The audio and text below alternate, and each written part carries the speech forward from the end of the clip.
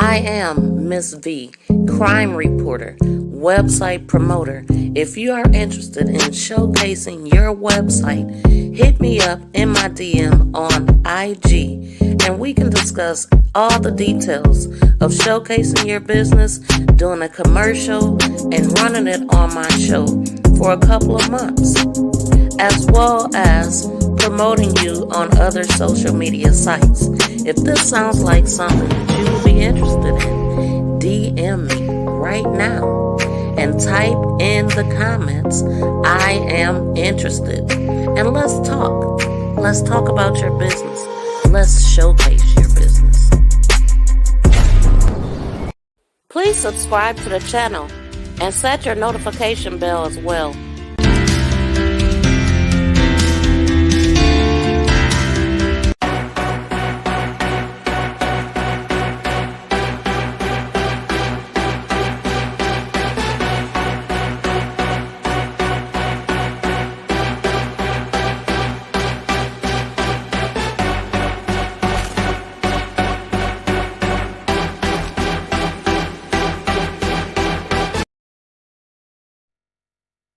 Hello everybody, welcome to my channel. Make this go viral. I appreciate you guys coming through. I don't know who's in the building, but welcome. Please be sure to hit the thumbs up, the notification bell, and subscribe if you have not. So you see the thumbnail. We are talking about the Michigan school shooter, him and his parents, the school, who did what, who didn't do what, who should be held accountable. So anyway, I'm going off of the reports that are out. And I think I'm going to start with this article from the Washington Post. And this article was actually written December 5th, 2021. And it's titled, After Michigan School Shooting, Experts Question What Could Have Been Prevented. Okay, so let's get into this article. And at the end of this live, or at the end, when we get to the end, I want to share another school incident with you guys. It's at a black school, and I want y'all to see how they handled this. These kids were in some type of altercation. They didn't say physical. They were in some type of altercation, and then the way law enforcement and the administration at the school handled it, it was absolutely ridiculous. I'm gonna drop the link. I have the video on my IG because YouTube is very sensitive, so I'm not gonna be able to post that video on here. But I'm gonna send you a link so you can go watch it, and then I'm gonna explain what's going on with that. Hey Tracy, good morning. And Buddha, thank you for coming through. Tracy, thank you for dropping the fire and horns. I appreciate that. Okay, so here's the article. It says the day after, and yeah, some of this stuff I just found out yesterday too. So it says the day after the sophomore Ethan Crumbley was seen searching. Now the day after, I'ma just read it, but it seems like I thought it was the day before. But anyway, the day after sophomore Ethan Crumbley was seen, oh, okay. So the day before, he was at school seen looking up ammunition. So the day after, school shooter Ethan Crumbley was seen searching online for ammunition. A teacher found a disturbing drawing of a bloody figure in his desk. The thoughts won't stop. Read the note, which included a drawing of a gun, a bullet, and a bleeding victim. Help me. Concerned school administrators called in the parents for a meeting and ordered the parents to find counseling for their son within 48 hours. But no one from the school bothered to search his book bag. His parents knew they had bought him a gun. They didn't bother to search his book bag. where the semi-automatic handgun was stashed at one point, officials say. Hours later, they say Crumbley pulled the gun from the bag and turned it on his fellow classmates in Oxford, Michigan, killing 4 people. 4 kids. This is crazy.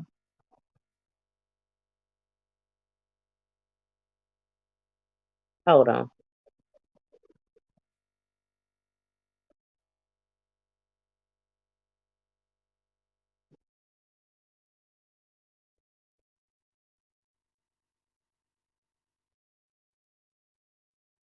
No, they just kind of skipped through. Okay, concerned school administrators called in Crumley's parents for a meeting and ordered the parents to find counseling for their son within 48 hours. I don't understand why he wasn't taken out of the school right there at that moment and ordered to not be in school until after he's seen a counselor or something. And the parents knew they had just bought him a gun, so they definitely should have been checking his book bag after seeing that disturbing stuff. So anyway, that it could have been prevented right there, but it wasn't. So anyway, I'm gonna go on. Okay. Now, even as the community grieves, questions are emerging about what administrators knew immediately before the shooting and whether the school shared responsibility for the tragic events. Among the unknown, could the district be considered liable in criminal and civil? Yeah, they should be. Anyway, they should have a protocol for this stuff. How you doing, Superstar Bella? Thank you for coming in. They should have sent him home. Yeah, and I heard something like they wanted to send him home, but the parents basically refused, saying that, oh, he will be home alone. Like, he 15. Big deal.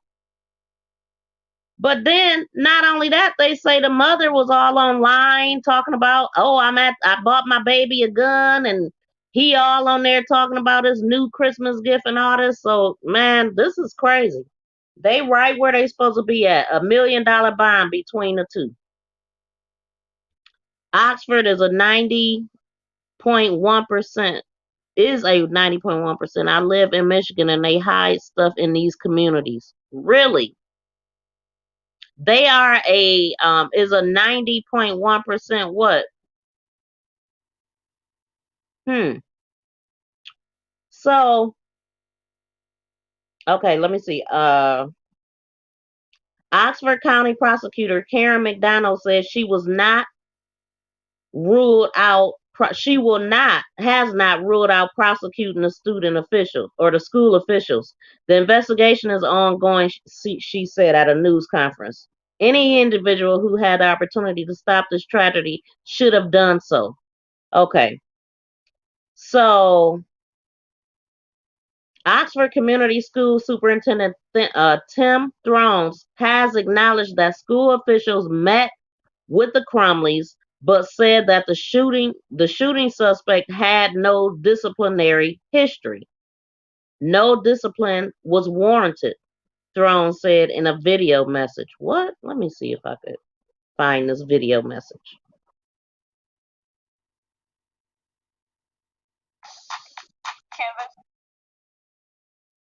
After they commercial breaks.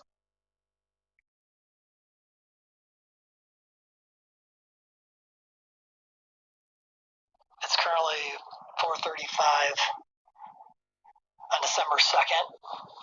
Okay, I was just about to say that. So this is the superintendent of Oxford Community School, and it was December 2nd. This is his message to the public. I am recording this in the Performing Arts Center lobby at our high school. I apologize that I am coming to you this way, but we felt this was probably the most expedient way to communicate with our parents and our families and our community, and so that's how we're going about this. Certainly, first and foremost, our hearts and thoughts and prayers are still with our kids and our families. We tragically had 4 students who died, while a number of those injured have been released. We still have students in the hospital. We have parents that sent their kids to school 2 days ago, and they're never coming home. That's what I thought you meant, Bella. Hey, at it again, media. How you doing? That I am still in shock and numb is probably an understatement.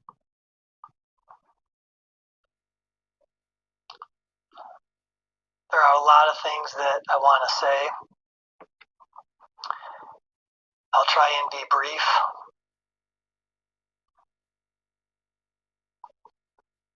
As I told our staff earlier today, it was the first time that we had an opportunity to bring everybody together over at the middle school. I want you to know that I'm you're good. loved, that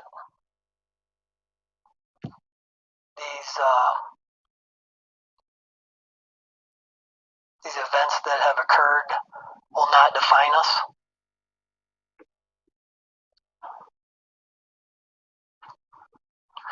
We will be resolved with a clear memory in how we move forward.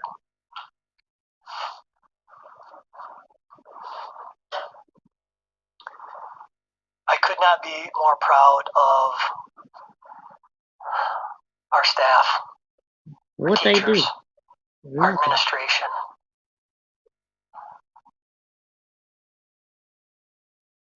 We had administrators performing CPR.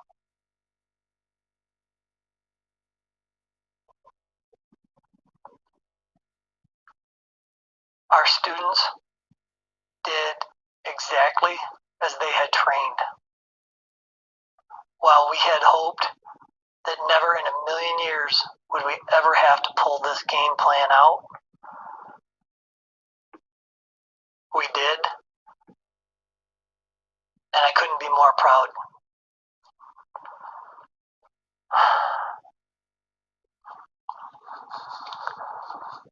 Because they carried out their game plan so well, this high school is a wreck right now. Maybe the best way to describe it is it's like a war zone.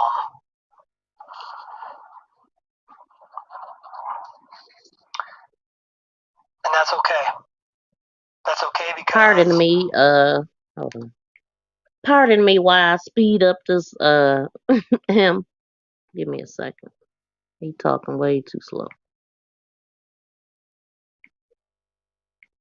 They did exactly as they were told, trained, and executed the game plan perfectly. I'm not sure how long, but it will be weeks probably before this building is ready. I personally spoke with the governor today, and she has told me that she will do everything in her power to open up the supply chains to get us the resources we need to begin to put this building back in order.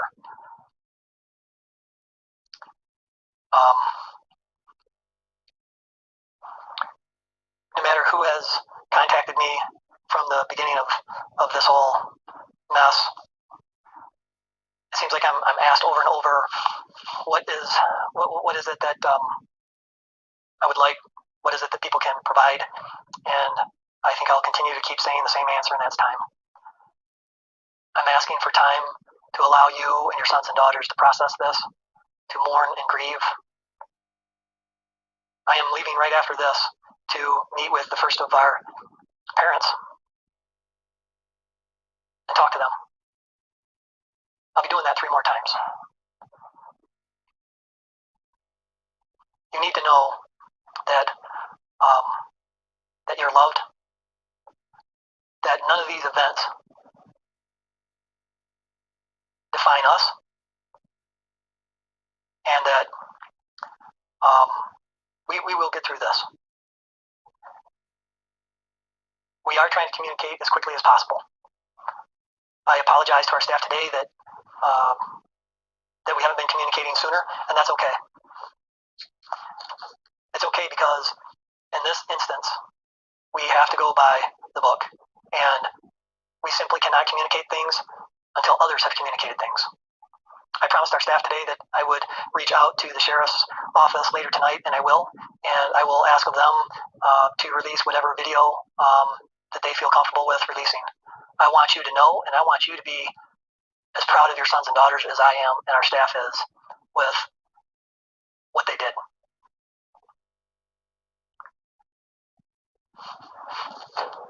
Probably the other thing that I need to communicate to you is what are the next steps, the future plans. Well, we're going to be having numerous funerals over the course of probably the next 4 or 5 days. And so I want to allow our staff the opportunity to attend those funerals, to be with our kids and parents, to be with one another. And so after that, we will begin a process for bringing our students back in. I also want you to know that we are doing what we can to, how do I say this, begin to organize, 16, 17, 1,800 backpacks, phones, coats, stuff that's just all over the place. We'll begin to go through that, and once we have a better idea of how long that's going to take to process that stuff, contact families, get it back to you, we'll communicate that plan as quickly as possible and let you know what that's going to look like. But I think it's probably pretty safe to say don't plan on that in the next couple of days. It's going to take us a little bit yet to work through all of that. I want you to know that there's been a lot of talk about the student that was apprehended, that he was called up to the office and all that kind of stuff. No discipline was warranted. There are no discipline records at the high school. Yes, this student did have contact with our front office. And yes, his parents were on campus November 30th. Again, I will take any and all questions at a later time, but that's not now. And this is as much information as we can give you today. I want you to know that not both with myself, our board, my cabinet, our administrators, our teachers, way before the last couple of days, our focus has been on your students. Our number one focus has been on our students, and it will continue to be that way going forward. We cannot allow distractions, no matter how many and how great the distractions are. Our students and our families need that attention now more than ever.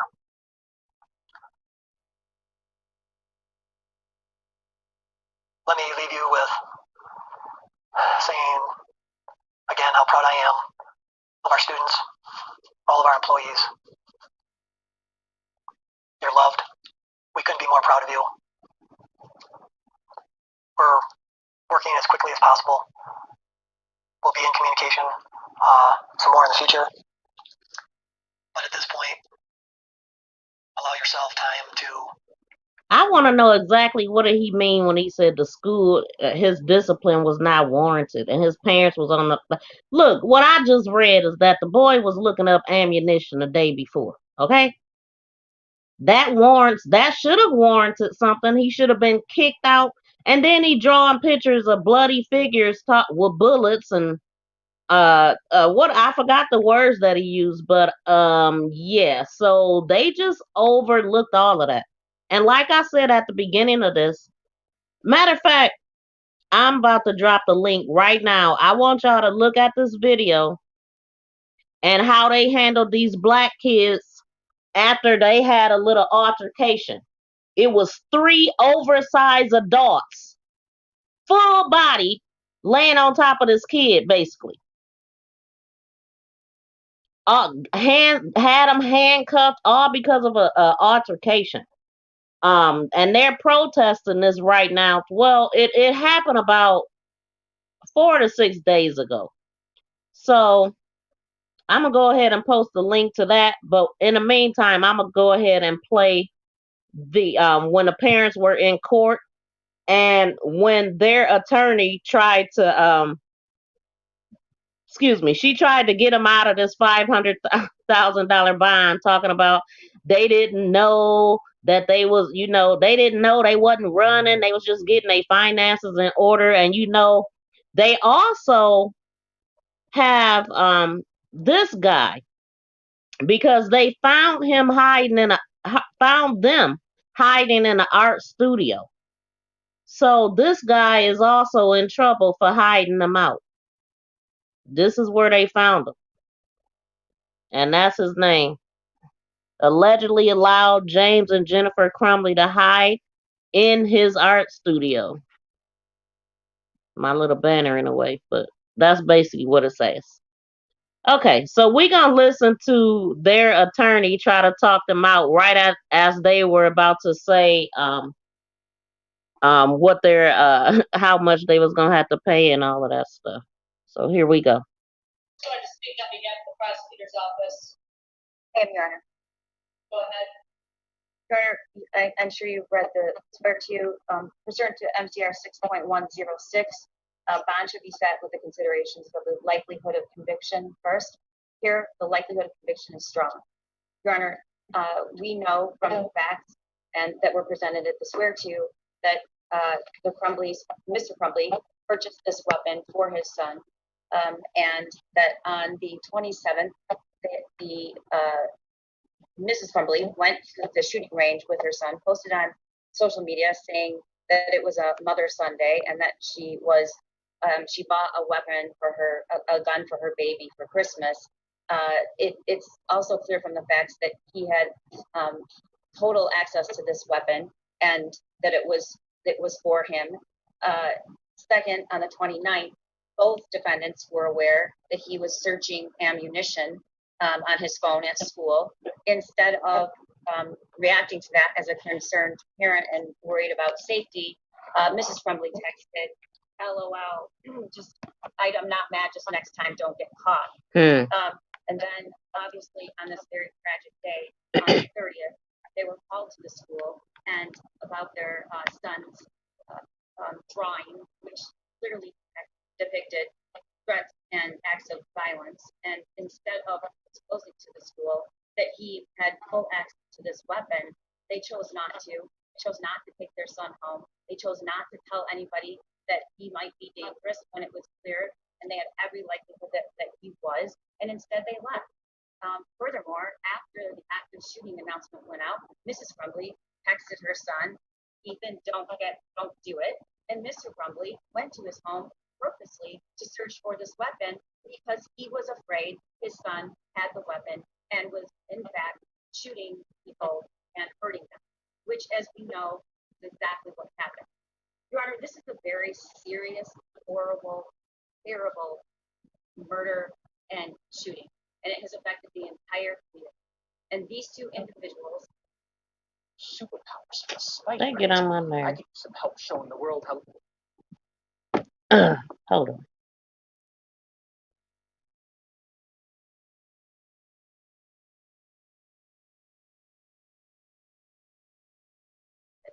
and they had every reason to know that he was dangerous, and they gave him a weapon, and they didn't secure it, and they allowed him free access to it. Furthermore, Your Honor, the purpose of bond is to secure further court appearances. And yesterday, they were charged with these counts of voluntary manslaughter. Now, Your Honor, can y'all hear it okay? Between Mrs. Smith and the prosecutor's office was a text message that was sent to me and was not replied to. And we don't have an obligation to cooperate, and there are good reasons for that. I think they not replied to the fact that the events that played out. We don't have an obligation to cooperate, and there are Mrs. Smith. Clearly, her clients did not tell her the truth, because her representation was they wanted to turn themselves in, and that they were on their way to do that. However, they didn't turn themselves in, and we were told they were out of town, except that yesterday morning it withdrew $4,000 from an ATM in Rochester Hills, very close to the court where they could have turned themselves in with no events and no efforts on behalf of law enforcement.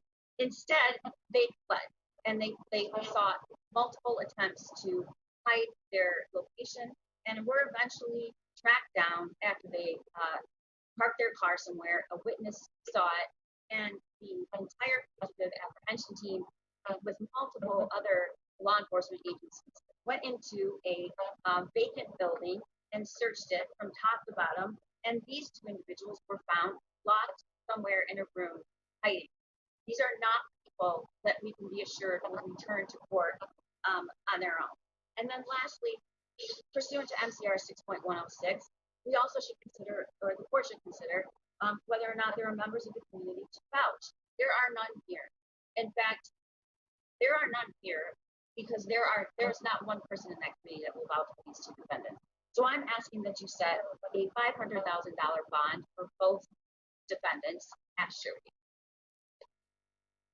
I'd like to hear from the attorneys. Please address the bond as it relates to Jennifer Crumbley first, please. Your Honor, the first thing I need to do is to respond to the prosecution's comments about our contact with their office. On Thursday night, I texted Karen McDonald and told her my office was representing the Crumbleys and I wanted to speak with her. She did text back and said we could talk first thing Friday morning. First thing Friday morning, I did text Miss McDonald. I also group texted Miss McDonald with Mario Lehman. I also called her office. I talked to her personal secretary and explained who I was, circumstances, and that I needed to speak with Miss McDonald. Mario Lehman also called Miss McDonald in the morning. We called the prosecutor's office throughout the day and never got a call back. We were going to make arrangements to have our clients turn themselves in. I was in a trial in circuit court in front of Judge Saban all day yesterday. Miss Lehman was traveling on a plane from Florida up to Michigan. The prosecutor's office, instead of getting back to us in any way, decided to have a press conference and, as Miss McDonald admitted, try to find a way to surprise our clients and catch them off guard when it was so unnecessary.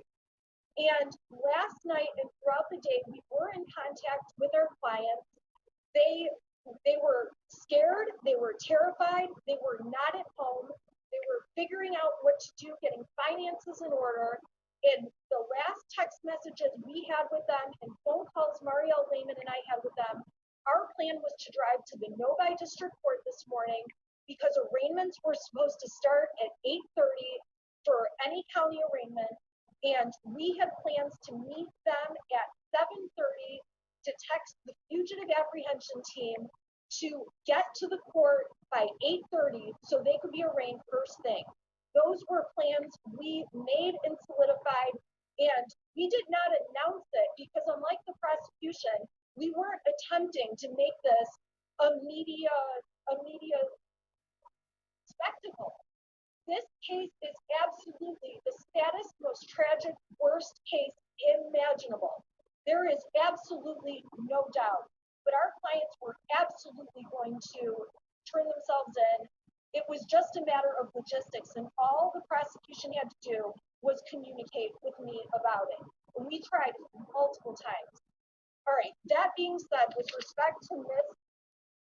Crumbley, she is 43 years old, as pretrial services told you. She has been employed as the director of a large company, director of marketing. She grew up in Clarkston. Prior to living in Oxford, where they owned their home since 2015, she lived in Lake Orion.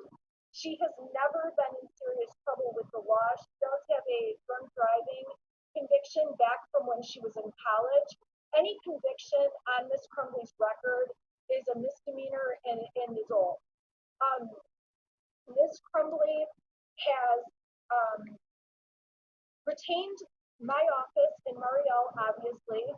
she would not have done that had she planned to not turn herself in and fight these charges. I'm quite certain they would not have paid my office money and taken those steps if they were not going to fight these charges. When it comes to the seriousness of the offense, when you listen to the prosecution's facts they're presenting, which are incomplete, very incomplete, it does sound like an absolutely egregious wrongdoing on the part of Mr. and Mrs. Crumbley that they gave their child a gun and encouraged them to do this. That's just not the case. And Mrs. Crumbley is presumed innocent. And I ask this court to note that full discovery has not been available and that the court is only aware of the facts the prosecution has presented. But that gun was actually locked.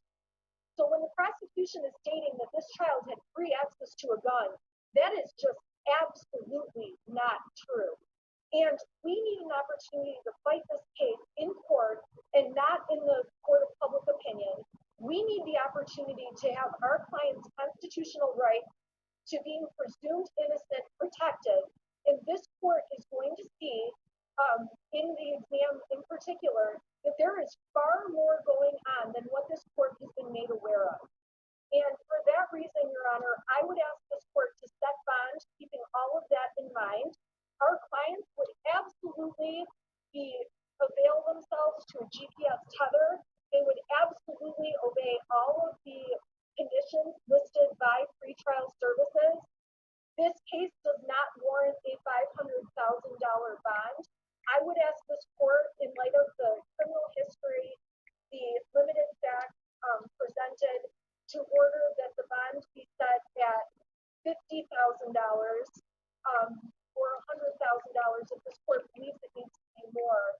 Our clients are going to fight these charges. Our clients are just as devastated as everyone else. Bond has to come from a place of legal soundness, not emotional reaction, which has driven this entire case. And it is emotionally charged. It is emotionally the worst thing I have ever been involved with and seen. There is no doubt it is the worst thing Crumbleys have ever been involved with and seen. And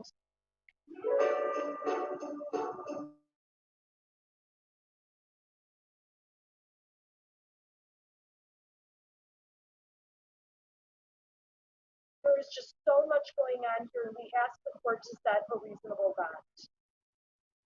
Any additional comments as it relates to James Crumbley? Yes, Your Honor. James is 45 years old. He has a prior conviction from 2004. Again, similar to Jennifer Crumbley, any convictions that he has would have been, we believe that they were misdemeanors. He does not have any substance abuse issues. He does have some health issues that require, he's diabetic, that require 2 types of insulin. He was gainfully employed. He's been in Michigan since he and Jennifer moved up here several years ago. As for the seriousness of the charges, as Ms. Smith has stated, the facts that have been presented by Ms. McDonald and her office have been cherry-picked to further her narrative of making an example of Mr. and Mrs. Crumbley, which she very freely said she was doing yesterday during her press conference. Again, to echo what Ms. Smith has said, I personally contacted Ms. McDonald's office to notify her of mine and Ms. Smith's availability. She chose not to call us back. I was also in communication with law enforcement, as was Ms. Smith. They knew that we were planning to bring Mr. and Mrs. Crumbley in. They knew that we were in communication with them, contrary to what was presented in the media. Your Honor, they hired our office on Thursday. We are prepared to defend this case. They are absolutely taking this case seriously. They are devastated by the events in the Oxford incident. This is not something that's being taken lightly by them or us, Your Honor. I agree with Ms. Smith, $500,000 is not warranted in this case. The charges are very seriously, but as the court is aware, they are allegations at this point. As Ms. Smith has stated, both of our clients are presumed innocent unless they're proven guilty. Your Honor, and quite frankly, from what we know, Your Honor, the facts are not what they've been presented to the court and to the public. So I again echo what Ms. Smith indicated. Our clients are more than happy to have a GPS tether, to be on pretrial pretrial services supervision. I am again requesting a $50,000 or $100,000 bond. But Mr. Crumbley, as with Mrs. Crumbley, is not a flight risk. He is not a danger to the community. There is no risk that they are going to escape prosecution. They were never fleeing prosecution. I want to make that very clear with the court.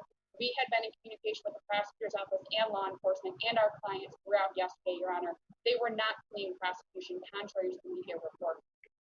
So, Your Honor, I'm asking that they have a $50,000 or $100,000 bond with the GPS tether and pretrial services supervision. Your Honor, may I respond, please? Very, very quickly, please. Your Honor, I agree with Mrs. Smith on one thing. The court hasn't heard all the facts, neither has the public. I have an ethical duty not to release those facts because she's indeed correct. Her client and Mr. Crumbley have an absolute, we have a burden, and these are merely allegations. So I agree. And I just want to point out, nobody needs permission.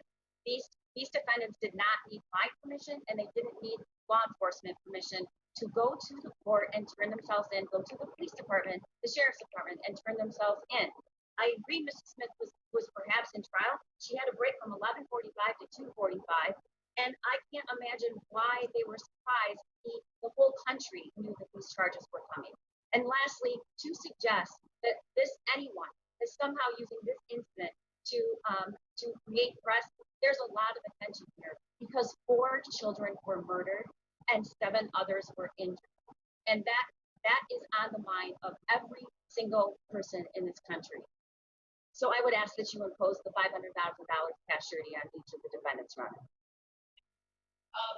So in terms of bond, the court is required to comply with MCR 6.106. The purpose of bond is to ensure that the defendants appear in court for all necessary court appearances, as well as to take into consideration any risk of public safety. Obviously, these charges are very, very serious. There's no question about that. The court does have some concern about the flight risk along with the public safety, given the circumstances that occurred yesterday, and the fact that the defendants didn't have to be apprehended in order to appear for purposes of arraignment. The court didn't. Do you have Facebook, Ange? If you have Facebook, I can send you the link to Facebook because I put it on IG and FB. But you got to check it out. Yesterday, and was prepared to say it would be conducted in arraignment before PM, and nobody appeared for purposes of that.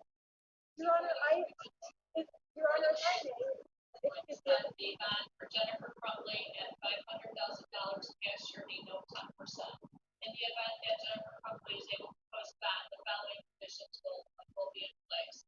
The defendant is not to use or test positive for alcohol, recreational marijuana, or any controlled substance. Ms. Crumbley is not to possess and possession of firearms or a dangerous weapon, shall not have any assault behavior toward anyone, must provide a release address upon release to pretrial services representative. The pretrial services representative will be monitoring by the client. The defendant, upon within 24 hours of release from the Oakland County Jail, must submit to and pay for EKG, or urinalysis at a facility that's open 7 days a week that automatically led to positive to provide the levels of writing. That would be in the direction of PTM. The defendant is currently going to verify any employment status and verify that in writing upon release from the Oakland County Jail. In the event that the defendant is currently able to post bond, the court is required that she give a GPS tether. The GPS tether must be installed upon release from the Oakland County Jail. She may be, the GPS tether will have the allowances that she could go to work, attend court hearings, medical appointments, and attorney meetings.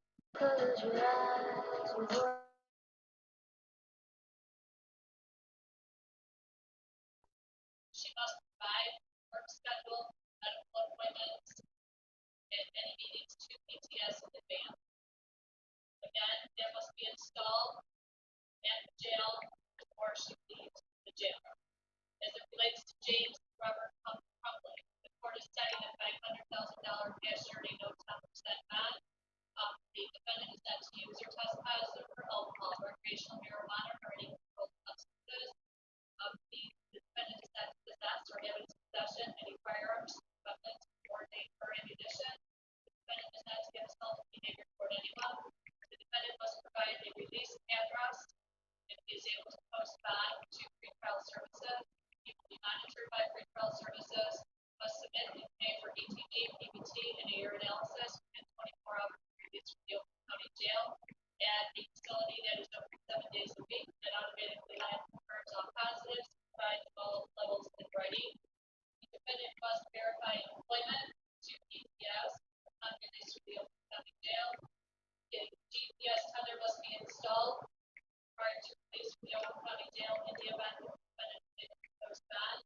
He also must provide information relative to employment schedule, medical appointments, or any other appointments that are allowed, which will include he could attend court hearings, employment, medical appointments, and attorney meetings.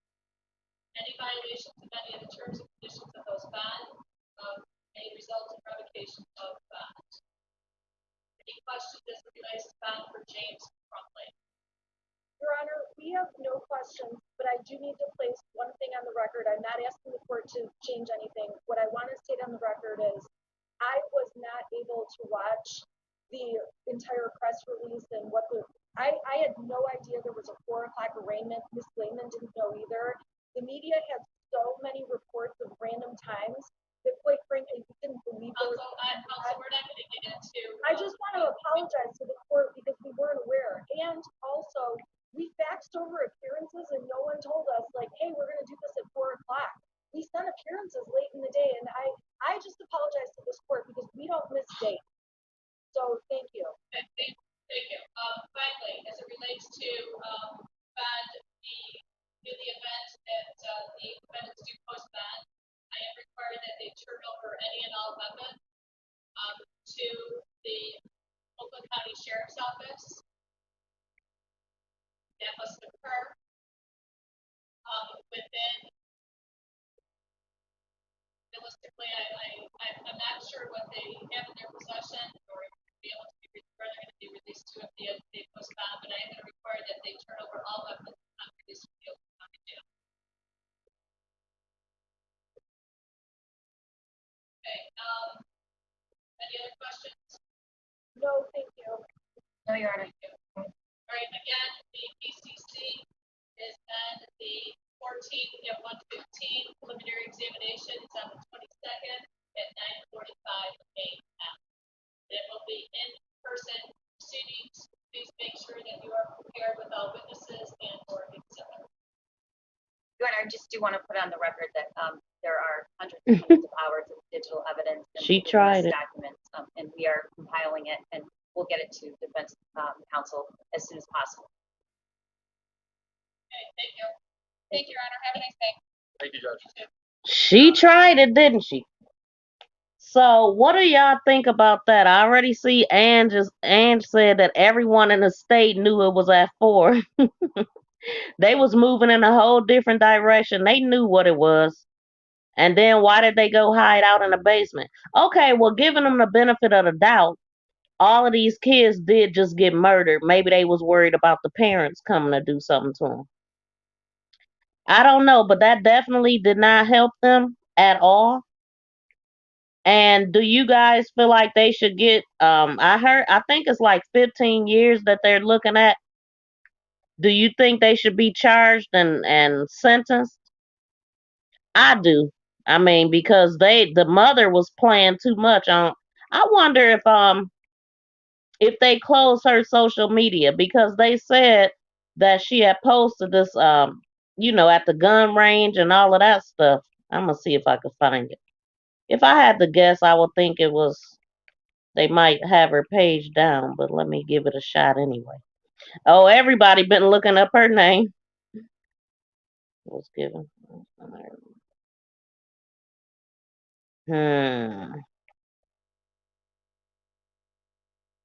Okay, I'm gonna read this. 15-year-old Ethan Crumbley of Oxford, Michigan, was given his gun as an early Christmas gift on Black Friday, 10 days ago. So exciting. Why wait until the Lord's birthday to open it up? I don't know if they took if this is I'm gonna just read it. Why wait until the Lord's birthday to open it up? The next day, Mom took Ethan to the gun range, shooting all those happy bullets. Mom, Jennifer Crumbley, posted on Instagram, Mom and Sunday testing out his new Christmas present. It wasn't Christmas. It was November 27th. 2 days later, on Monday, November 29th, Mom got a call on her voicemail from the school. She was told that Ethan was looking up ammo to buy on his mobile phone. They asked that he called them about this. They asked that she calls them about this disturbing incident. She didn't bother to call them back. Instead, she texts Ethan with the excitement of a 16-year-old girl talking about LOL, I'm not mad, but you have to learn not to get caught. Wow. Hey Q, welcome in. Thank you for coming by. Yeah. That was too much. So those words, she gonna have to eat every last one of those, and I believe they gonna really get time for this. And I think this is the first time that parents that I've seen. Have y'all ever seen where parents get charged in a school shooting? I have not. So I think this is like a first right here. But they thought it was a game. So okay, okay, so did I drop that link? Okay, so I'm gonna drop the link to the video I was talking about on how they treat black kids in school that are unarmed, and they were just in a little altercation. And this is why I feel a certain way about having a law enforcement in schools because the way that they handle things. I have seen a video of a girl that got slammed so hard coming down the steps all over a cell phone. They be too aggressive with these kids.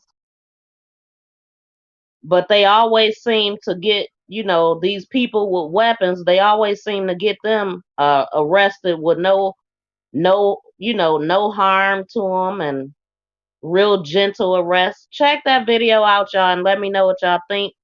When I get done reporting this, I'll tell y'all a little bit about what's going on with that. So if you have Facebook, go ahead and hit that link. But if you have IG, hit the link that's pinned at the top. How you doing, you new? Miss Alice, welcome. How are you? Good seeing you here, you new. And Miss Alice. I'm excited, and you know why. Okay, hold on, y'all. Let me pull this let me get another video here to play because I want to look at when the parents were arrested. Now keep in mind I haven't looked up any of this stuff. I've been seeing it in passing, but not really digging into it too much. So mom, okay, cries. Wait a minute, let's see this. I don't know if this is what we just watched or not. Give me 1 second, y'all. Oh yeah. So please make sure you get close to that microphone so that we can hear you. And anything about you or something. Parents of Michigan school shooter arrested. Give me 1 second, y'all. I'm about to play something. I don't like fumbling around when I'm live. So let me. Oh, and then if y'all wasn't here when I said this before, this guy, and we're gonna get to his video. He was arrested because he's the one that gave him a place to stay in the basement of his art studio. And then here's a few images of the kids that I was talking about at the high school. You see this big fat dude on this kid right here. And then if you look closer to the door, it's 3 of them, the size of this guy on a kid. These are not full adults. These are kids they're laying on and treating them that way over an altercation. Nobody had a weapon. Nobody had a gun. They said he had his. Okay, this one say, what the F is wrong at Berea High School, I think it is. They didn't do S wrong. In handcuffs with one knee on his neck, and London literally had 3 of them on him. Yeah. So anyway, hold on, y'all.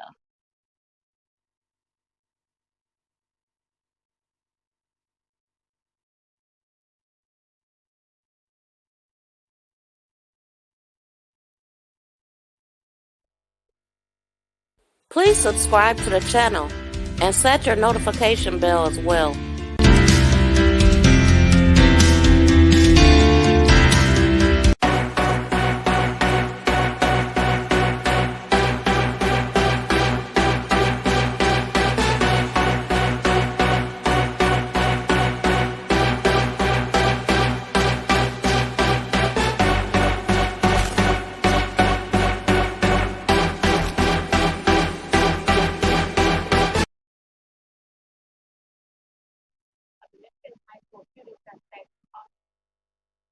Oh yeah, they brought them out of there.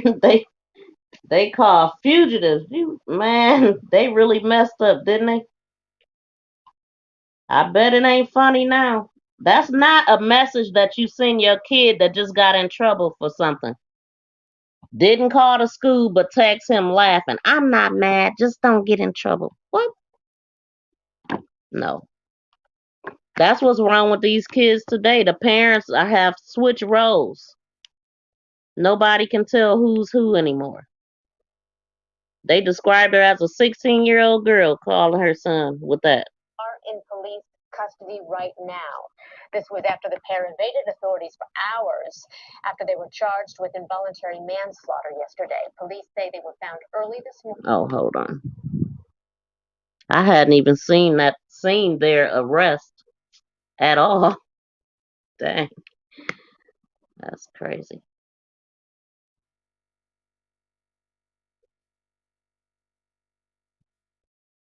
Now I gotta move this picture, y'all. Let's see if it's right. Let's see if it's right. Not really, but we gonna rock it.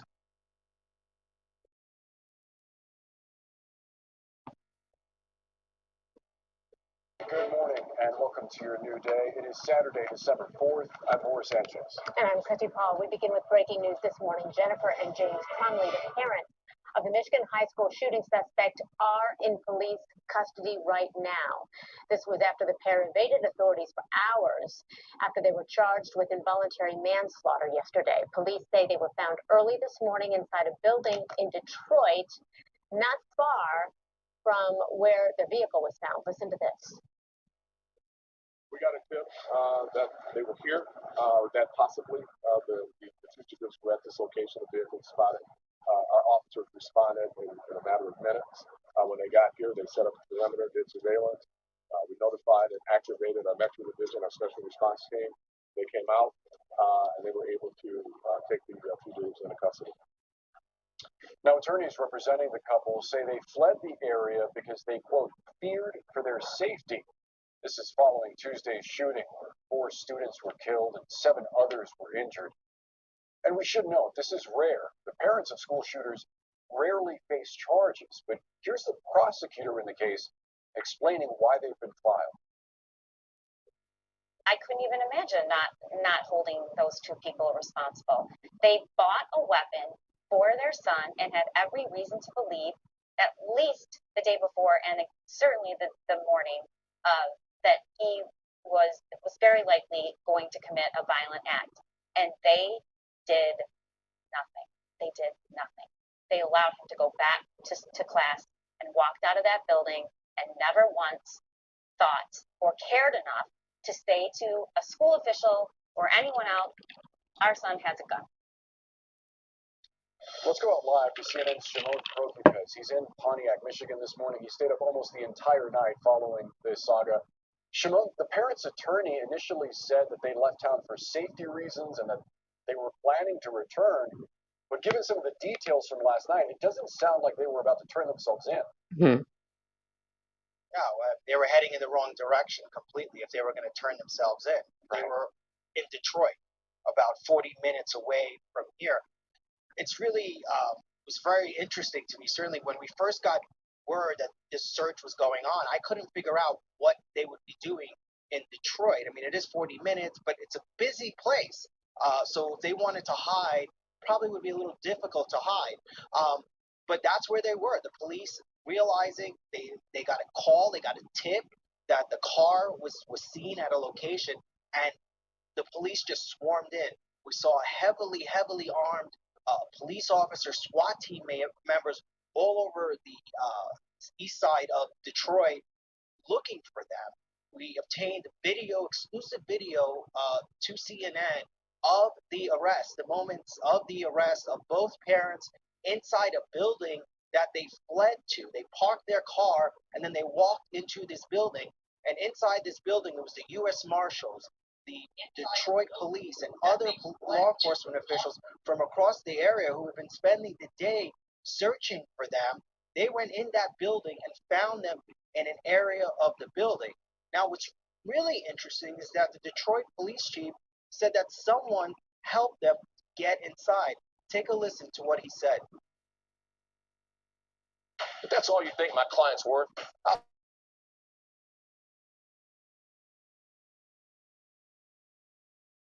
fact, they were aided, and we're looking into that portion of the investigation. That part is very active right now. Our Metro Division has information that they're sharing with the U.S. Marshals, and they'll be sharing with the Oakland County Sheriff's Department. When you say aided, did someone let them in? They didn't break in. They did not break in.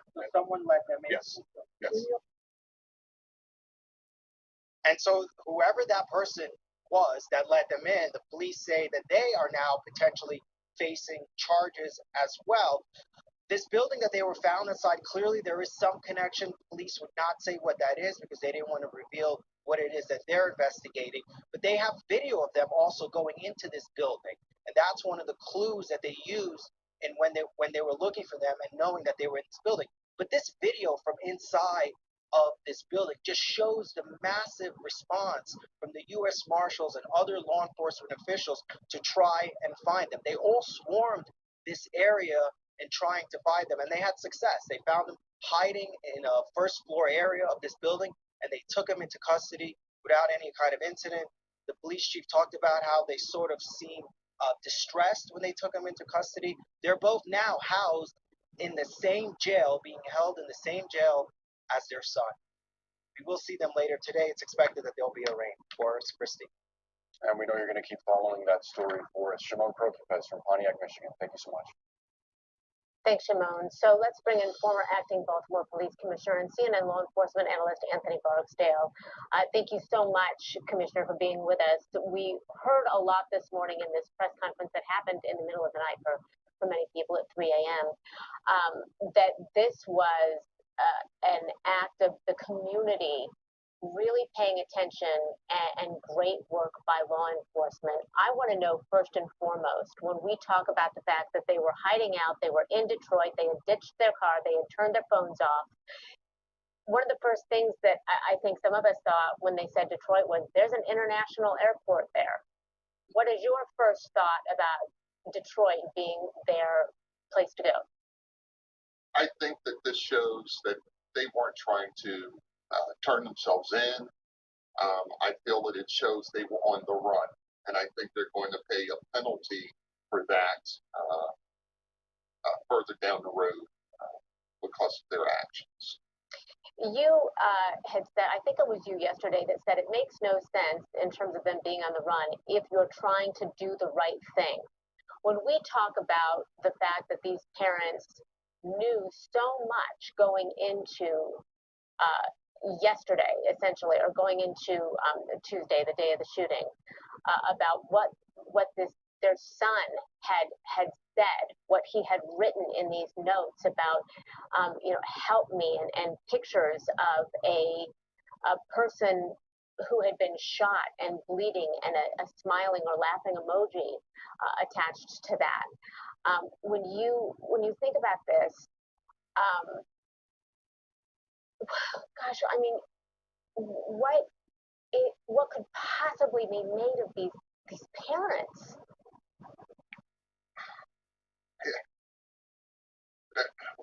I don't even have the words to explain what these parents have allowed to happen. I mean, this kid, based on what the teacher saw him drawing in school, what he wrote in school, um, he had problems, I believe. So the parents obviously knew. Look at the text the mother sent him. It's they enabled this. It appears they didn't get this kid proper help, and it is a concern that they would let this happen. Let, let me ask you this. Let's be clear about the scenario that this kid is in right now. He's in custody. He's killed 4 people. His parents take out $4,000 and they leave him in jail, which looks as though they're abandoning him. Does this reaction give you any insight into their parenting of this child? And might there be some sort of consequence just in that regard? They're horrible parents. Why don't we just let everybody stop playing?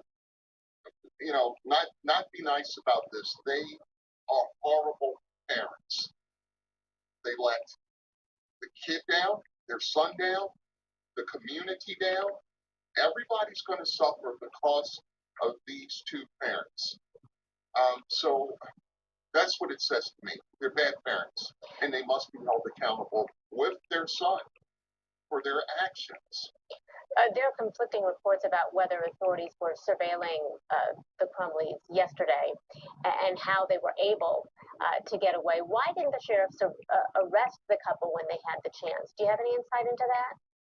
I think it's a fumble by law enforcement. As a matter of fact, we see several misses throughout this entire tragedy. Several. But there is no way that law enforcement shouldn't have been on top of this couple if they were going to seek charges. And this back and forth between the sheriff and the prosecutor, it all has to stop because they need to get it together because we need to prosecute the parents and the son. That's what we have to do. We have to focus on justice for the victims and their families, and we don't have time for the rest of the stuff.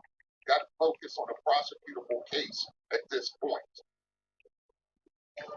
Fresh ingredients on some cardboard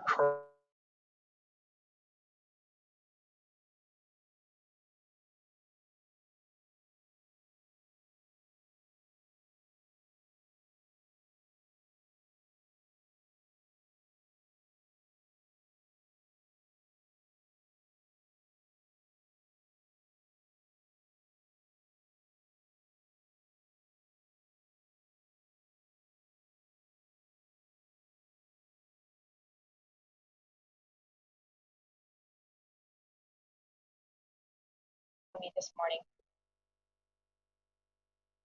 It's been a devastating week for all of us as we continue to mourn the loss of the 4 children who were shot and killed in this week in Oxford High School. We've heard some positive news that some of those injured in Tuesday's shooting have made some progress recovering from their physical injuries. While the physical wounds of the victims are starting to heal, the emotional wounds to the victims, students, and the entire community will last for years. I continue to work with Oakland County Sheriff Mike Bouchard and his team to stay close to the facts and evidence of this case as it continues to evolve. My role as the Oakland County prosecutor is to seek justice for the victims of this tragedy. The family, friends, and loved ones of Hannah St. Juliana, Madison Baldwin, Tate Murr, and Justin Schilling, and the other victims have had their lives shattered. As I mentioned a few days ago, I did have the opportunity to speak with the parents of the children who were killed. Additionally, my office has reached out this morning to all of the victims who were injured. And we continue to be dedicated to offering them services and support during this time. While the shooter was the one who entered the high school and pulled the trigger, there are other individuals who contributed to the events on November 30th, and it's my intention to hold them accountable as well. It's imperative we prevent this from happening again. No other parents or community should have to live through this nightmare. I have shared previously, and I will reiterate today, that gun ownership is a right, and with that right comes great responsibility. Based on the information and evidence I have received, today I am announcing charges against the shooter's parents, Jennifer and James Crumbley. The charges are as follows. James Crumbley is charged with 4 counts of involuntary manslaughter.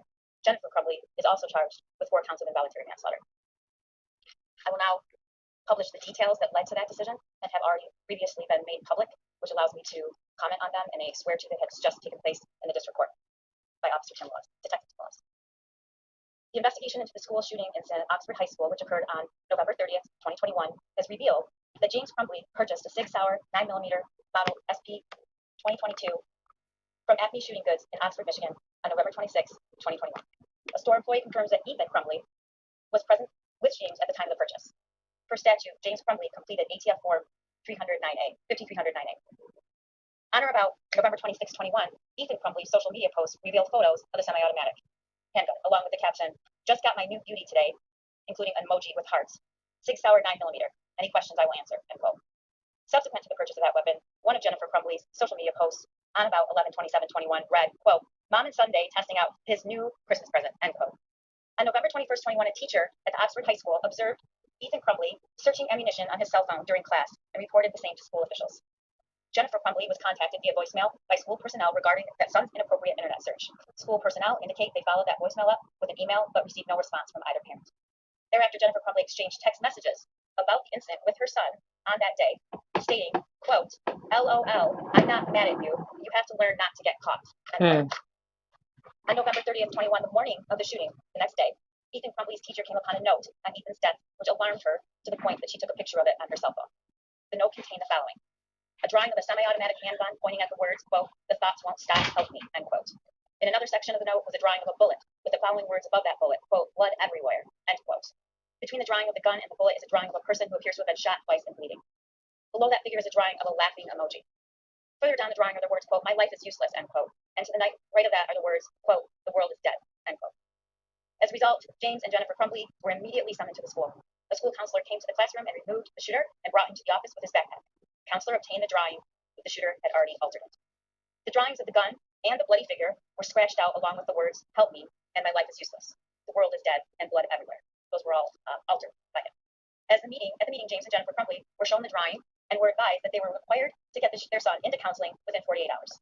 Both James and Jennifer Crumbley failed to ask their son if he had his gun with him or where his gun was located, and failed to inspect his backpack for the presence of the gun, which he had with him. James and Jennifer Crumbley resisted the idea of them leaving the school at that time, of their son leaving the school at that time. Instead, James and Jennifer Crumbley left the high school without their son. He was returned to the classroom. When the news of the active shooter at Oxford High School had been made public, Jennifer Crumbley texted to her son at 1:22 p.m., quote, "Ethan, don't do it," end quote.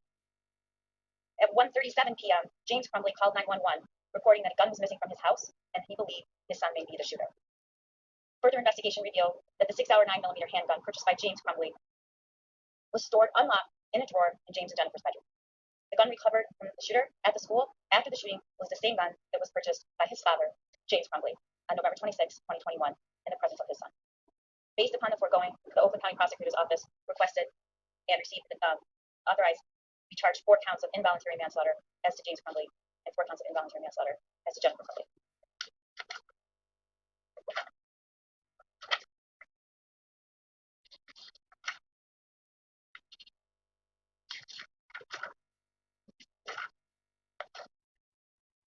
I want to be really clear that these charges are intended to hold the individuals who contributed to this tragedy accountable and also send a message that gun owners have a responsibility. When they fail to uphold that responsibility, there are serious and criminal consequences. As we work together to honor the lives lost and all of those impacted by the evil acts this week, justice for the victims and their families is at the forefront of today's announcement. We need to do better in this country. We need to say enough is enough. For our kids, our teachers, parents, for all of us in this community and the communities across this nation. Happy to take questions. One moment. Go ahead, Mr. Shkat.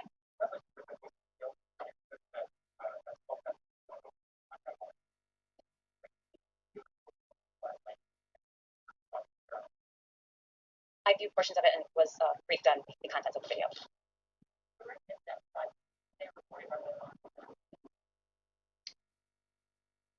Any individual who had the opportunity to stop this tragedy should have done so. The question is, what did they know and when did they know it? I've laid out the facts that were sworn to this afternoon and are the basis for the charges here. Do you have a question? You said it's extremely rare for parents to turn. I have tremendous compassion and empathy for parents who have children who are struggling and at risk for whatever reason. And I am by no means saying that in active shooter situations should always result in a criminal prosecution against parents.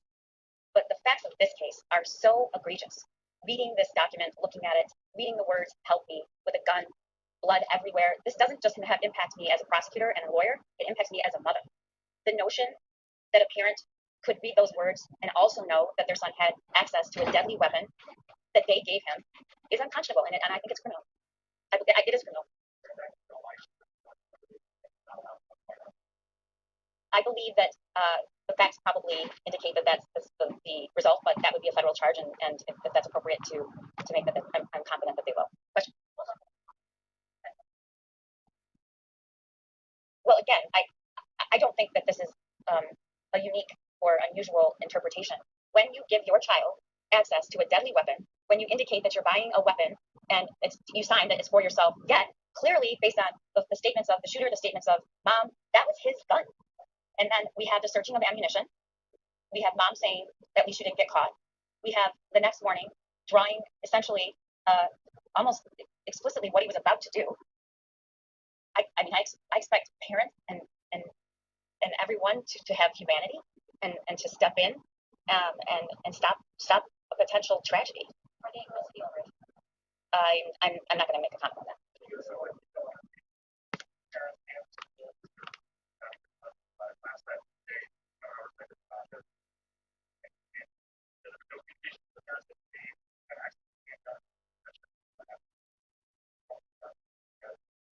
I can confirm what I just stated, which is that they did not indicate to school officials or to their son and inquire about the whereabouts of the gun or the existence of the gun, to my knowledge. I'm not aware. I can't comment on it at this time. But he was not removed from the school. He was returned back to class with his backpack, where we have reason to believe the gun was stored in the backpack. Did you have a question right here? Year-end savings spectacular.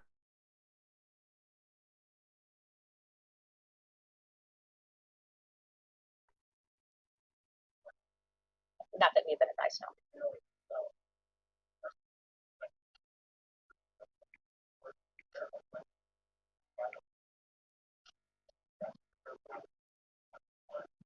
I can't speak to that. I don't know.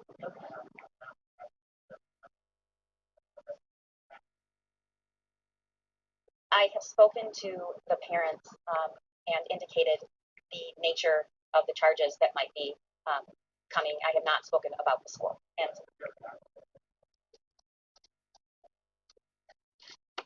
these people are in incredibly deep, horrific pain and grief.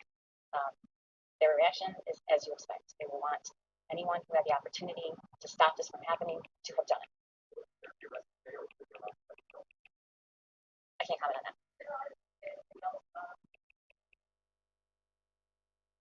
The investigation is ongoing.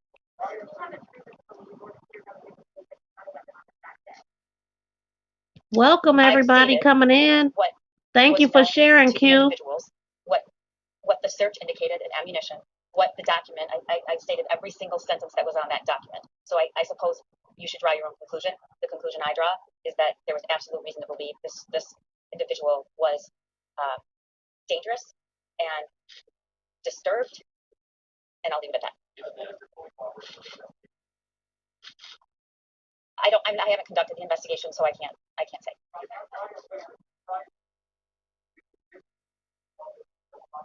Hey, Renegade Patriot, thank you for coming in.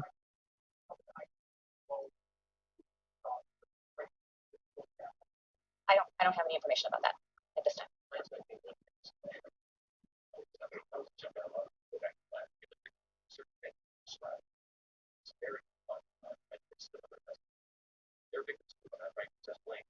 Thank you.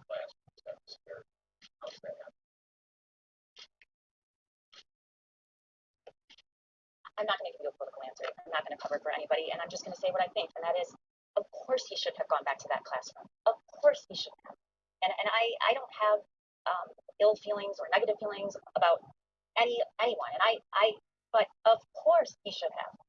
He should not have been allowed to go back to that class, and I believe that is a universal position, and I'm not going to chastise or attack, but yeah, I mean it. I do, and the investigation is ongoing.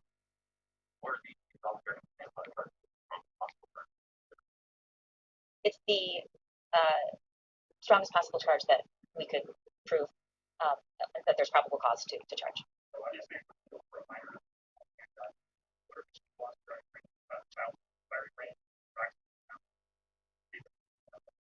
Good question. Michigan's laws are woefully inadequate. We don't have a safe storage law. We're not legally required to store your weapon in a safe manner. Children are allowed to attend with their parents so long as their parents is present. So the answer to that question is we don't have strong enough laws.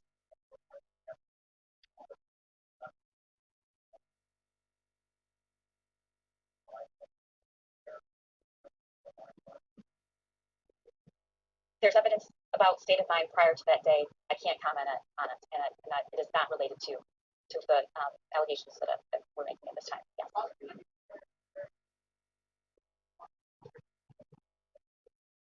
I don't believe so, but I can't say that for certain.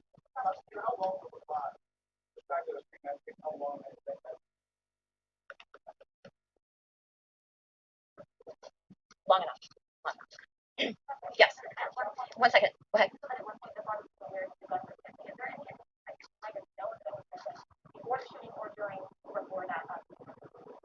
Upon hearing that there was an active shooter on that day, Mr. Crumbley drove straight to his home to look for his gun. I think that's all I need to say about that.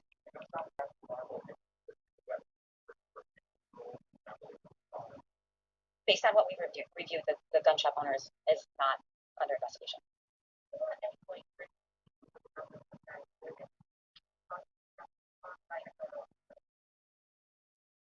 Whether they did or not, or I don't know. I don't think we have at this point full statement that I've reviewed.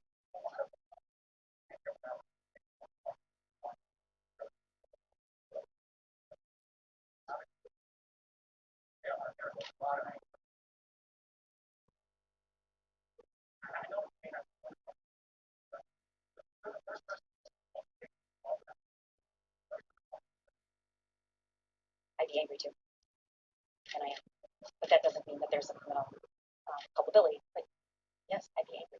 I would be angry. I am angry. I'm angry as a mother. I'm angry as the prosecutor. I'm angry as a person that lives in this county.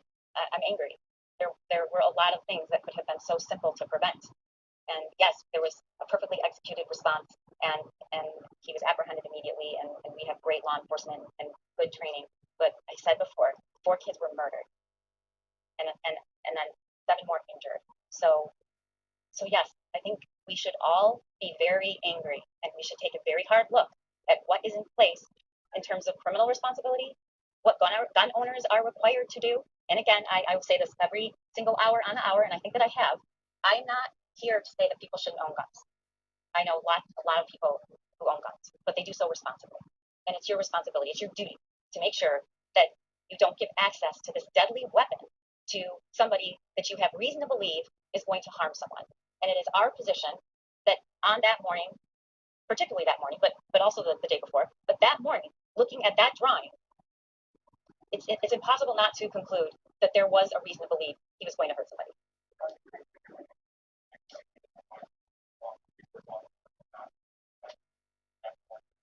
I don't have any information. One more question, yes? Yes.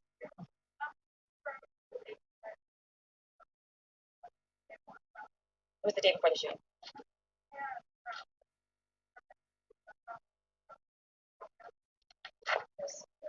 Acme. You said 2.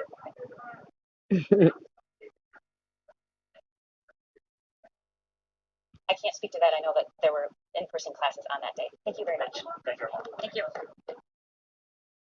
Okay, so guess what the guy that was housing them said? That he didn't know they was on the run. So his attorney spoke, "Hey, welcome in wide world of ratchetness. Thank you for coming through." And Renegade Patriots, I thought they said that yeah, I do remember them saying that somebody, the mother or the father, texted them and said, "Don't do it, Ethan." And then I thought they said after the shooting, the father rushed home to see if the gun was there. They're stupid for even buying him a gun. Like, y'all knew, I know they knew that the boy was being bullied in school. I mean, how could parents not know? He looked troubled. I mean, look at this. Even as a child. I mean, hey, I'm just being honest. As a younger child, I'm sure he was bullied. His parents knew he was bullied. So why would you buy him a gun for Christmas and then leave it in a drawer for him to get it? And then they try to argue, oh, it was locked. It wasn't out. It was locked up. Well, obviously, it wasn't locked up to the point where he couldn't get to it. So let's hear what this attorney is saying. Hold on. So what this was from a day ago. This is the attorney for the artist who says his client did not know they were fleeing police. And the guy, Andre, I don't know how to say his name, but I'm going to just call him Andre Sakura, 65 of Oakland County, was interviewed by detectives on Monday. Currently, he has not been charged with a crime, and his attorney spoke. Manhunt early Saturday morning. Fox 2's Jessica the Crumbleys arrested on Detroit's east side during a massive manhunt early Saturday morning. Fox 2's Jessica Dubnak live right now. And Jessica, could that artist face charges? It's possible. We're standing outside of his house right now in Troy. Andre Shakura is who we're talking about. He is a local artist. This is breaking news here to report that deputies just left his home to conduct a search warrant. We're going to talk to his attorney right now. Took place, what questions was he able to answer for those detectives? Well, we had a very productive conversation, and in my opinion, a very friendly conversation. We talked for 2 hours about his relationship with the Crumbleys, the timeline of events that happened after the unfortunate tragedy, and what happened while charges were announced for them. Mr. Shakur is very confident in his story. I'm very confident in what happened, and I believe that at the end of this, they're going to conclude that they really had no involvement with the Crumbleys. They took some stuff out of the house during this search warrant. What exactly did they take, and what can you tell us about that? This was a routine search warrant that I knew about, and we voluntarily walked here with them. But they took a couple iPhones and a couple tablets. The Shakurs don't have really more than that, but I think they just want to dot their I's and cross their T's. And you're saying this is to verify the communications You between don't? the Crumbleys and Mr. Shakura. That's the timing. That's what I would imagine, but I also think they want to rule out anything else that could be there, just as part of their investigation. Thank you, sir. Clarence, we appreciate it. That was the attorney of Andre Shakura, named a person of interest. This all started on Friday when Jennifer and James Crumbley were found in a Detroit warehouse belonging to Shakura. He actually has an art studio there, and that is where U.S. Marshals and Detroit police pulled that couple out. Let's take a look back at what happened the last couple of days. In a mask with a female passenger, Andre Shakura driving in to be interviewed by detectives with the Oakland County Sheriff's Office. The 65-year-old artist, a person of interest, not charged with the crime. He's been on police's radar since Saturday morning after James and Jennifer Crumbley were found holed up in his art studio in a warehouse on Detroit's east side, where they were arrested. Seen here, police led there by a tip. If he had known that charges had been issued or a warrant was requested, knowing him, he would have contacted the police himself. Because the minute he did find that out, he went without an attorney to the Detroit Police Department and told them everything. Shakura had attorney Clarence Doss by his side during the interview Monday. Doss says his client had no idea the Crumbleys were facing charges. The artist recently did a mural in Oxford and was seen photographed with Jennifer Crumbley on social media. They're described as acquaintances. Mr. Shakura is very concerned that he's even roped into this, but I do believe when all the evidence is panned out and all the facts are sought through, there's not going to be evidence that he knowingly aided, abetted, or harbored a fugitive This tragedy at Oxford High School, the investigation continues to take twists and turns. You heard from the attorney there saying his client had no knowledge that James and Jennifer Crumbley were going to be charged, but nonetheless, detectives taking this very seriously, wanting to make sure they get all the evidence they need to either prove this man's innocence or to possibly send it over to the prosecutor for charges. Too early to tell. You heard there, they need to analyze some tablets and cell phones taken out of this Troy home belonging to Andre Shikura. Reporting in Troy, Jessica Dupnack, Fox 2 News. Well, Jessica, could you just clarify for us what the exact relationship is between the Crumbleys and Shakura? Are they personal friends? How well do they know each other? They're being described as acquaintances. The specifics of the relationship unclear. Shakura did do a mural in Oxford a couple of weeks ago. That picture was on social media belonging to Jennifer Crumbley. So there's definitely some past knowledge there of one another, but the term being used, tossed around, is acquaintance at this point. All right. Thanks for that live report, Jessica. A student wounded in the shooting is released from the hospital. A 14-year-old girl who was shot in the neck and chest was released yesterday from Hurley Medical Center in Flint. Tonight, only one student remains hospitalized.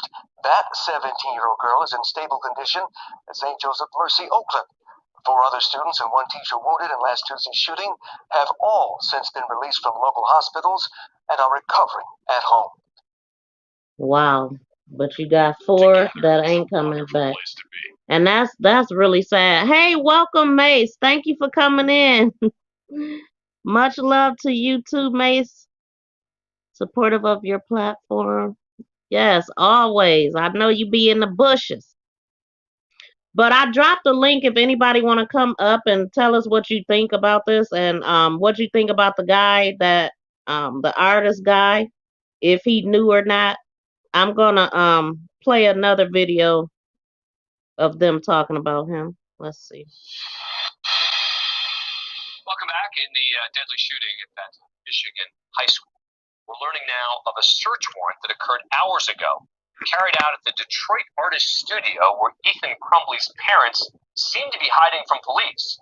Authorities this evening searching Andre Shakura's home. Joining us now is Andre Shakura's attorney, Clarence Doss. Mr. Doss, thank you very much for coming on the show. Appreciate it. So there was this search warrant at your client's home this evening. What can you tell us about it? Well, the search warrant came actually after we had cooperated with law enforcement for about 2 hours, and they informed us that they had a search warrant. We, as we had done all along, voluntarily complied, went to my client's home. They took a couple phones and a couple laptops. And I really believe this is to hopefully rule out my client's culpability in all of this and to dot their I's and cross their T's. Now, you know that the question everyone's going to want to know from you is the world is following this manhunt for this couple. Your client knows the couple and allows them to go, you can call it hide, stay, whatever, in his studio. He didn't know that there was a massive manhunt going on for them? He didn't, and it's more complicated as we go through the facts because the manhunt didn't even start until the evening on last Friday. They called him, my client, in the morning before charges were even announced and asked for a place to stay to avoid media and death threats that were kind of ongoing throughout the week toward them. He was already there, my client, at his place of employment. They show up, he leaves in and out of the place throughout the day to go to meetings and leaves to go home at 5 p.m. He believes the entire time that they are in contact with their attorney and their attorney is going to take and turn them in. That didn't happen. They deceived him. They stayed in a studio till 2 o'clock in the morning, but ultimately they were arrested. And so from your perspective, you don't expect that there are going to be charges against your client? I don't. Again, we spent 2 hours today with the Oakland County Sheriffs going through every single fact that my client knew. We've given them his phone and his computer. I don't believe there's going to be any evidence there, and this is a situation where I think no good deed goes unpunished. He was a friend trying to help a friend. He didn't know the full totality of what was going on. Finally, I got to ask you, just sort of as an analyst, what do you make about the school officials here? It sounds like the authorities may end up charging school officials. You're an attorney there in Michigan. Do you think that based on what you've seen, based on what you've heard, based on the facts, that that's likely? Well, Dan, I watched your earlier segment, and I agree with you that it's going to be difficult to not only prove against the parents setting a new precedent, but against the school. The school may have learned information about Ethan Crumbley. We don't know the extent of what that is, but I think when you start delving into people who have no relationship to the student other than being employees at a school, administrators, I think it's a slippery slope. But if there is evidence that people did know of a threat, did not do something about it, I think charges would be would happen in that case. Clarence Doss, thank you very much for joining us. Really appreciate it. I'm going to just add something for all of you who are going to listen to the show regularly, and that is you are going to hear me on this show distinguishing between wrong and criminal, because they aren't the same thing. And I'm not going to do it based on favor or politics or anything, but it's an important distinction. And we've got to be able to focus on it in all sorts of cases. Wrong doesn't necessarily mean criminal. We'll see in this case.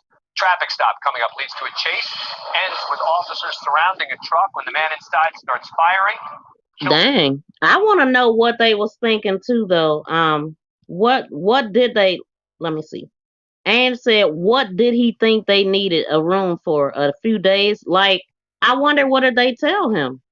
I mean, I didn't hear him say that. What they told him, the reason why they needed to stay there. And Jay Lee, you crazy. But when I seen that warehouse, I'm thinking, and on the east side of Detroit, I'm thinking, why would he want to be in a warehouse? Like, I don't know. I mean, I know some people in some movies you see people turning warehouses into big apartments and all that, but I wouldn't want to be in no warehouse on the east side of Detroit. I wouldn't want to be nowhere in Detroit. I'm gonna just be honest. And I am with you, Renegade Patriots, when you said if the parents knew that he had that gun or however you worded it. Let me find it. And you said involuntary manslaughter is a felony, up to can get up to 15 years in prison and a fine of 7,500. Wow, wait, per charge? Per charge. Wow. When I went to get my license, they had fun locks for free right there in Michigan, and they probably still do. They shouldn't have let him go back to class. They needed to. He needed to leave with his parents. I'm with you, Tracy. You said your kids, your son's school don't tolerate that type of behavior. They get sent home. Yeah, he definitely should have got sent home. I mean, that shouldn't have been optional. I mean, they told him he needed counseling or whatever. He needed immediate counseling within 48 hours, but they let him go to school. He should have been taken out of school until he went to counseling. You know, they didn't handle that right at all. But what do y'all think the punishment should be for the school? Or do y'all even think the school should get charged for anything? The parents asked for a place to get away from the media. Oh, that's what they said. Well, they could have just turned their devices off and not watched the media, you know? Like, gone with that. They tried it. And they lawyer even tried it, but their attorney was acting like they didn't even know what time it was, what time they were supposed to be in court. She acted like they didn't know nothing, and they was like, yeah, whatever. They breezed right by what she was thinking. But honestly, you know, as parents, they knew he was being bullied. You don't put a gun in a kid's hand like this. Come on. You know when your kid has issues, unless you're a horrible parent and don't pay attention to your kids. You know, most parents know their children. Not saying that they knew he would do it, but it's almost like they were gloating about it. Why would she put that online? It's almost like she was just like letting people know, hey, he got a gun. You better leave him alone. He ain't to be messed with. And then for the mom to text him talking about I'm not mad, just don't, you shouldn't have got caught, or don't get caught, or however she worded it. Like, what parent speaks like that? Okay, let me see. Well, the attorney has spoke, so maybe he didn't know. I mean, I know a lot of people don't watch the news. If it wasn't for social media, I wouldn't see nothing because I don't even have a TV in my room. I don't. Matter of fact, I got a brand new TV that I never opened. I got it from my as a gift from my job. Investigator, let's see what they're saying. This was 2 days ago. Ben isn't worried about retirement. After they commercial break.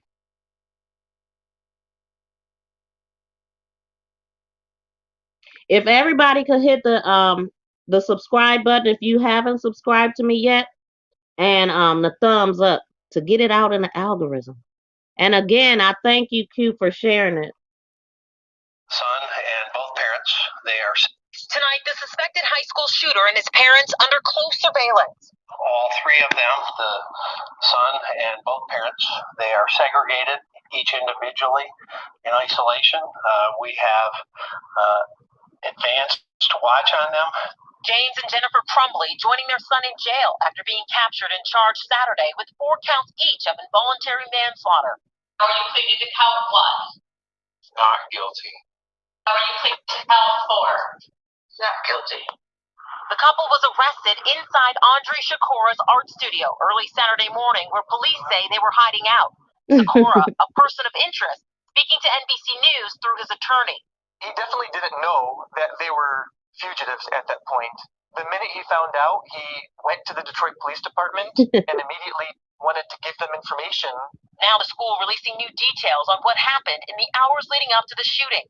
A teacher discovering the suspect's disturbing drawing. Drawing of a person who appears to have been shot twice and bleeding. Below that figure is a drawing of a laughing emoji.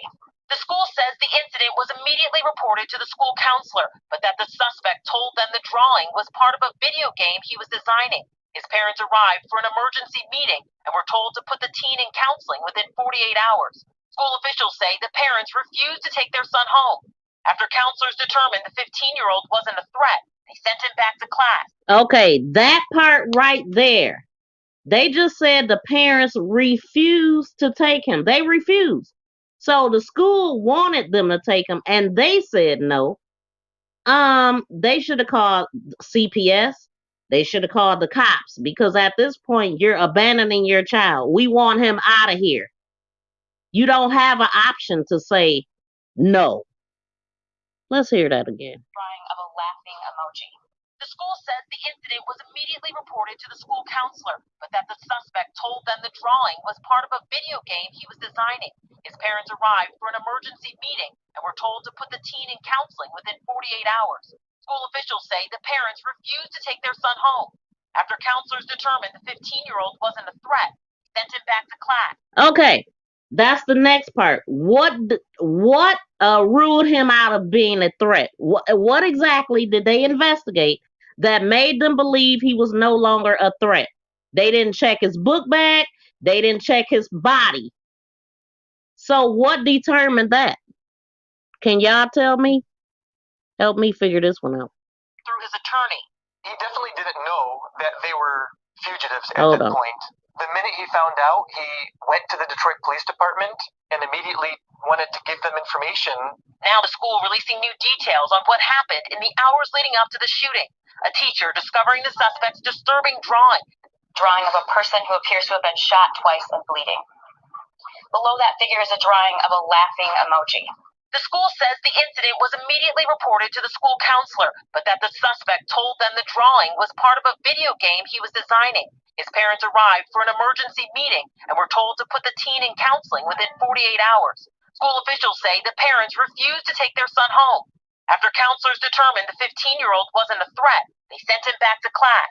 Hours later, the suspect allegedly opening fire in a packed hallway, killing 4 students. Is it possible that school officials could face charges? It's possible, yes.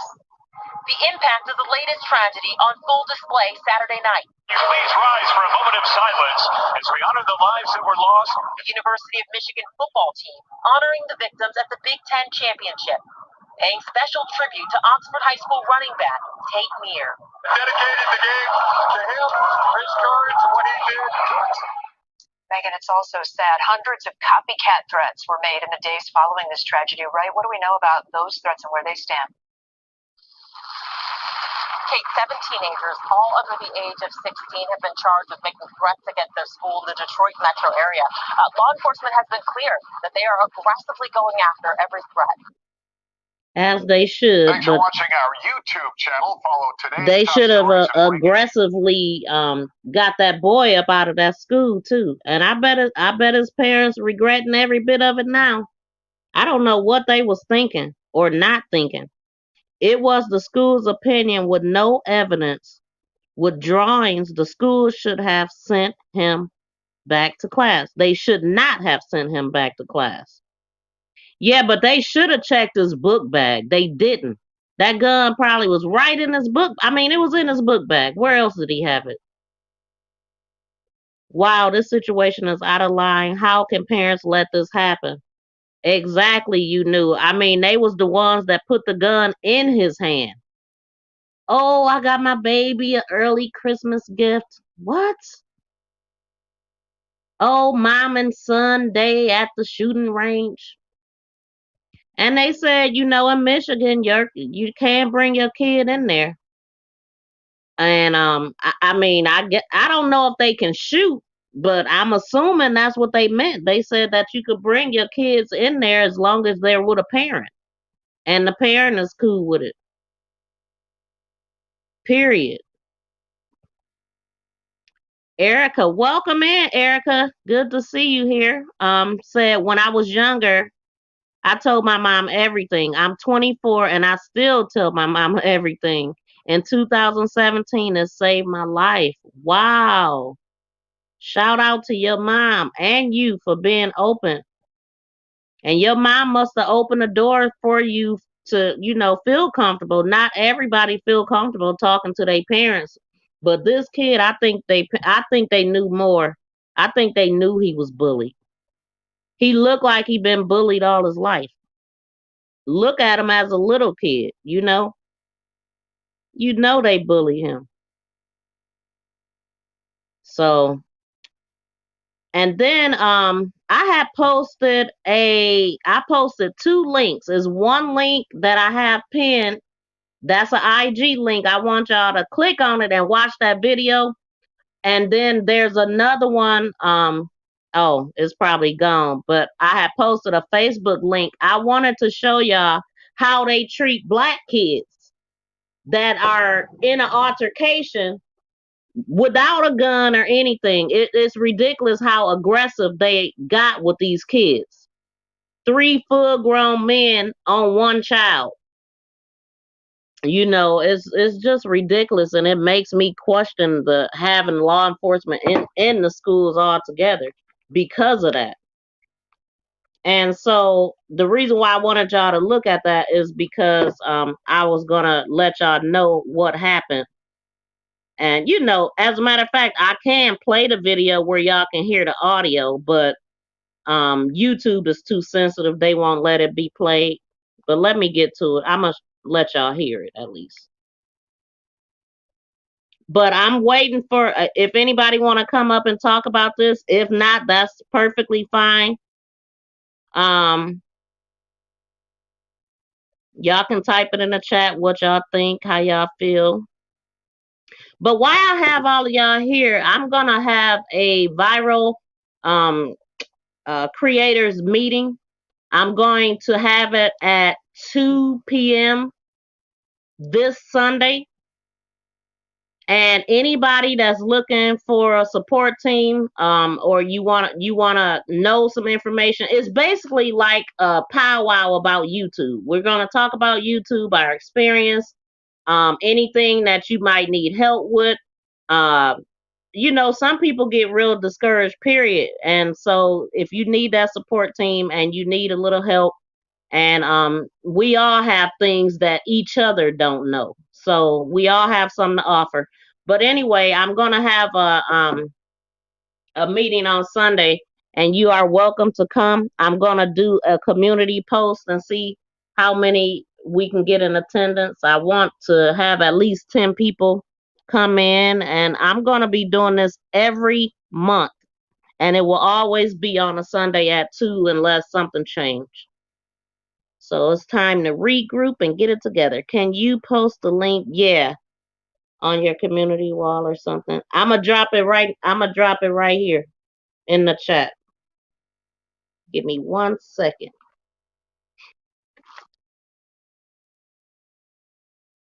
Hold on, y'all. This thing be sticking, moving slow, taking its time. I want to start having panels sometime too, just where we talk about different things and, life and stuff like that. I kind of want to turn my other channel into that, a more laid back channel where I do my tutorials and, my link drop day and just random fun stuff. Because reporting crime, you do need to be, you need to unwind from it sometime. Hold on, y'all. Thank you for shopping with me. Contact me via IG to discuss your order or any questions you may have, any special orders or customization. See you in the DM.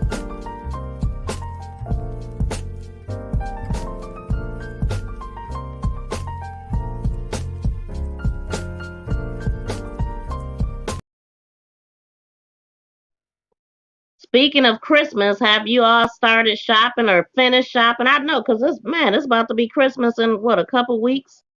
This year flew by. So have y'all did all of your Christmas shopping and ready to go? Or it's a lot of people that don't even celebrate Christmas and stuff no more. So where do you stand? Do you celebrate Christmas or no? Hold on.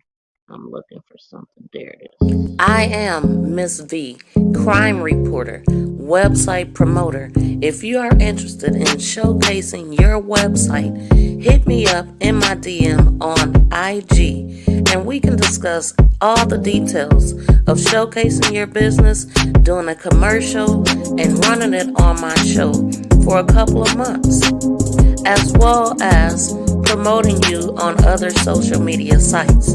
If this sounds like something that you would be interested in, DM me right now and type in the comments, I am interested. And let's talk. Let's talk about your business. Let's showcase your business.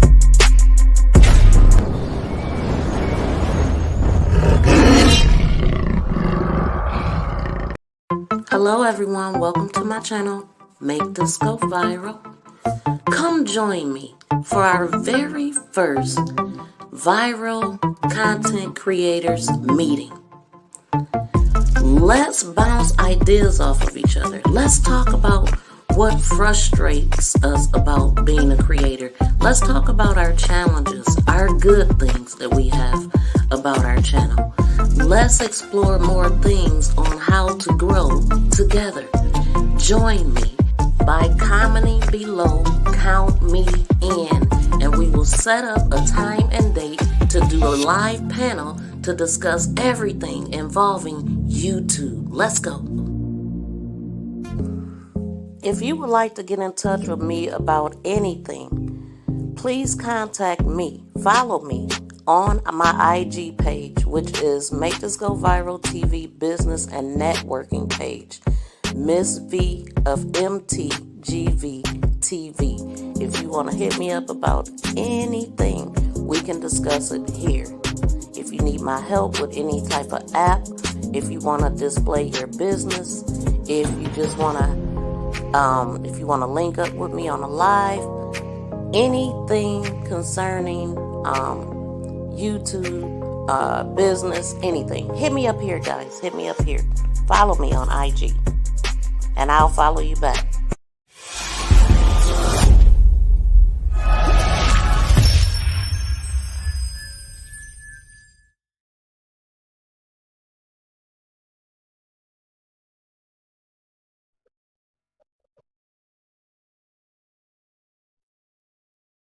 Okay, so I got the video put up here, and I'm gonna let you guys hear the commotion, and then I'm gonna go on and this school is called Berea High School or Berea High. I don't know. I'm gonna have to look to see where it's at exactly.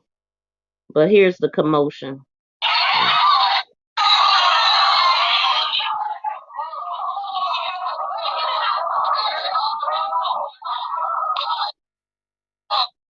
Let me show you some images. Wait.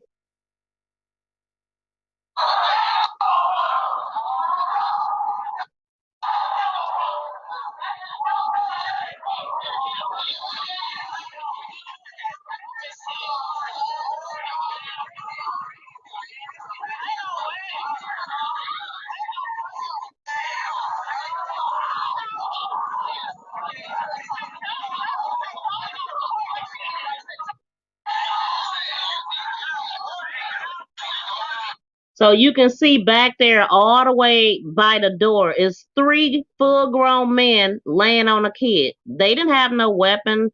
They was in an altercation. They didn't say they was physically fighting either.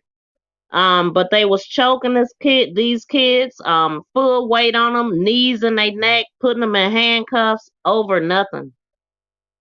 And it's so what I was saying is that yes, let's do it. Yes, we will.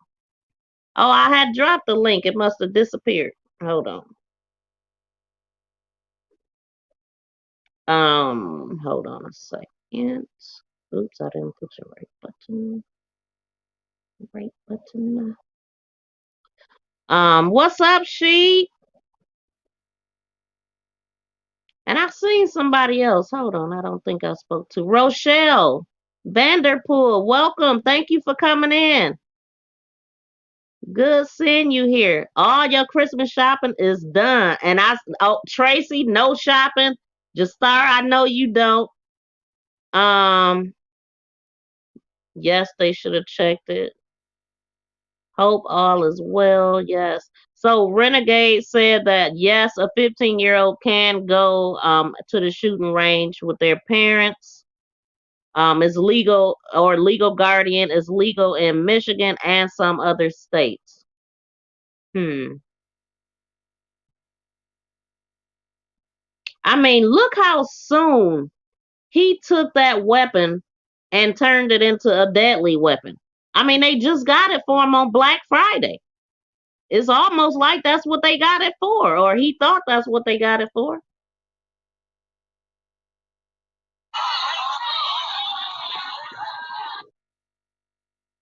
You seen it?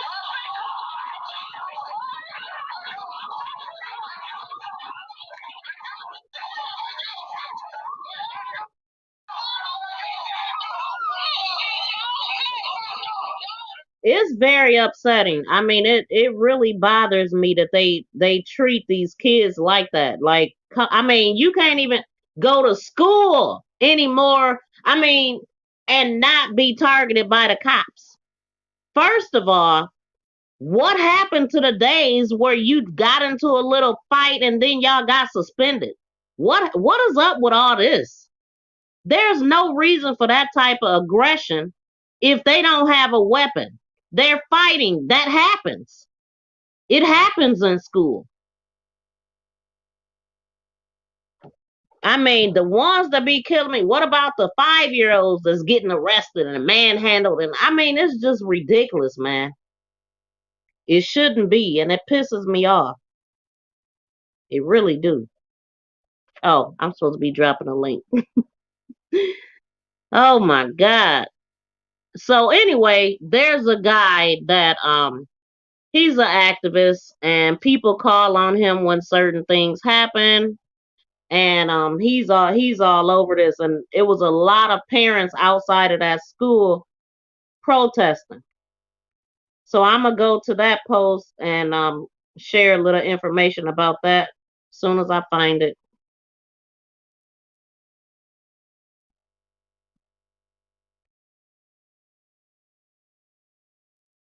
Here we go.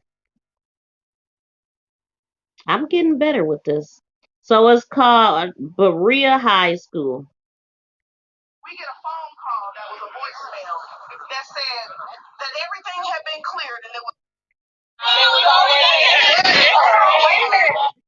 But yes, we get a phone call that was a voicemail that said that everything had been cleared and there was not going to be any disciplinary action at this moment because he feels like, Mr. Noel, that the students and the way that the administrators handled it was sufficient.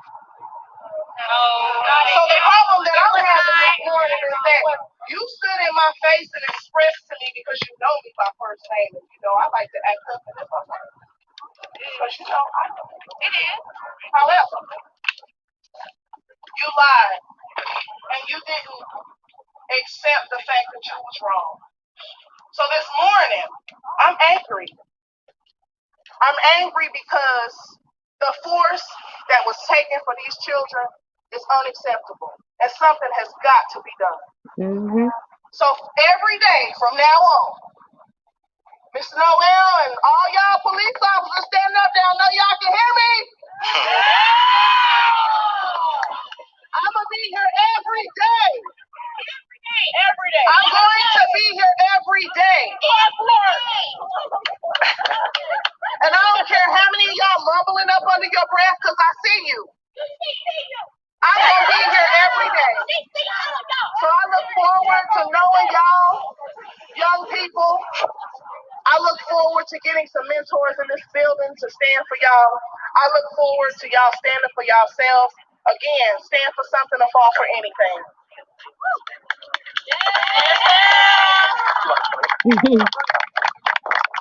All right, so since this is y'all's school, we want students to come up and just say how, you come on, and just say how you feel, like what, not just about the other day, but talk about all of the experiences that happen at Berea High School that make you mad and uncomfortable every single day. You're good, Ann. My name's Aaliyah Sullivan, and I would like to get a few things off of my chest. Personally, I am mixed, but at the same time, I stand. If I see something wrong, I'm going to want to stand for it. It comes to a point where you're tired Her of mix being ain't shut got a down. damn thing to do with it. Quiet, because why do we have to be quiet?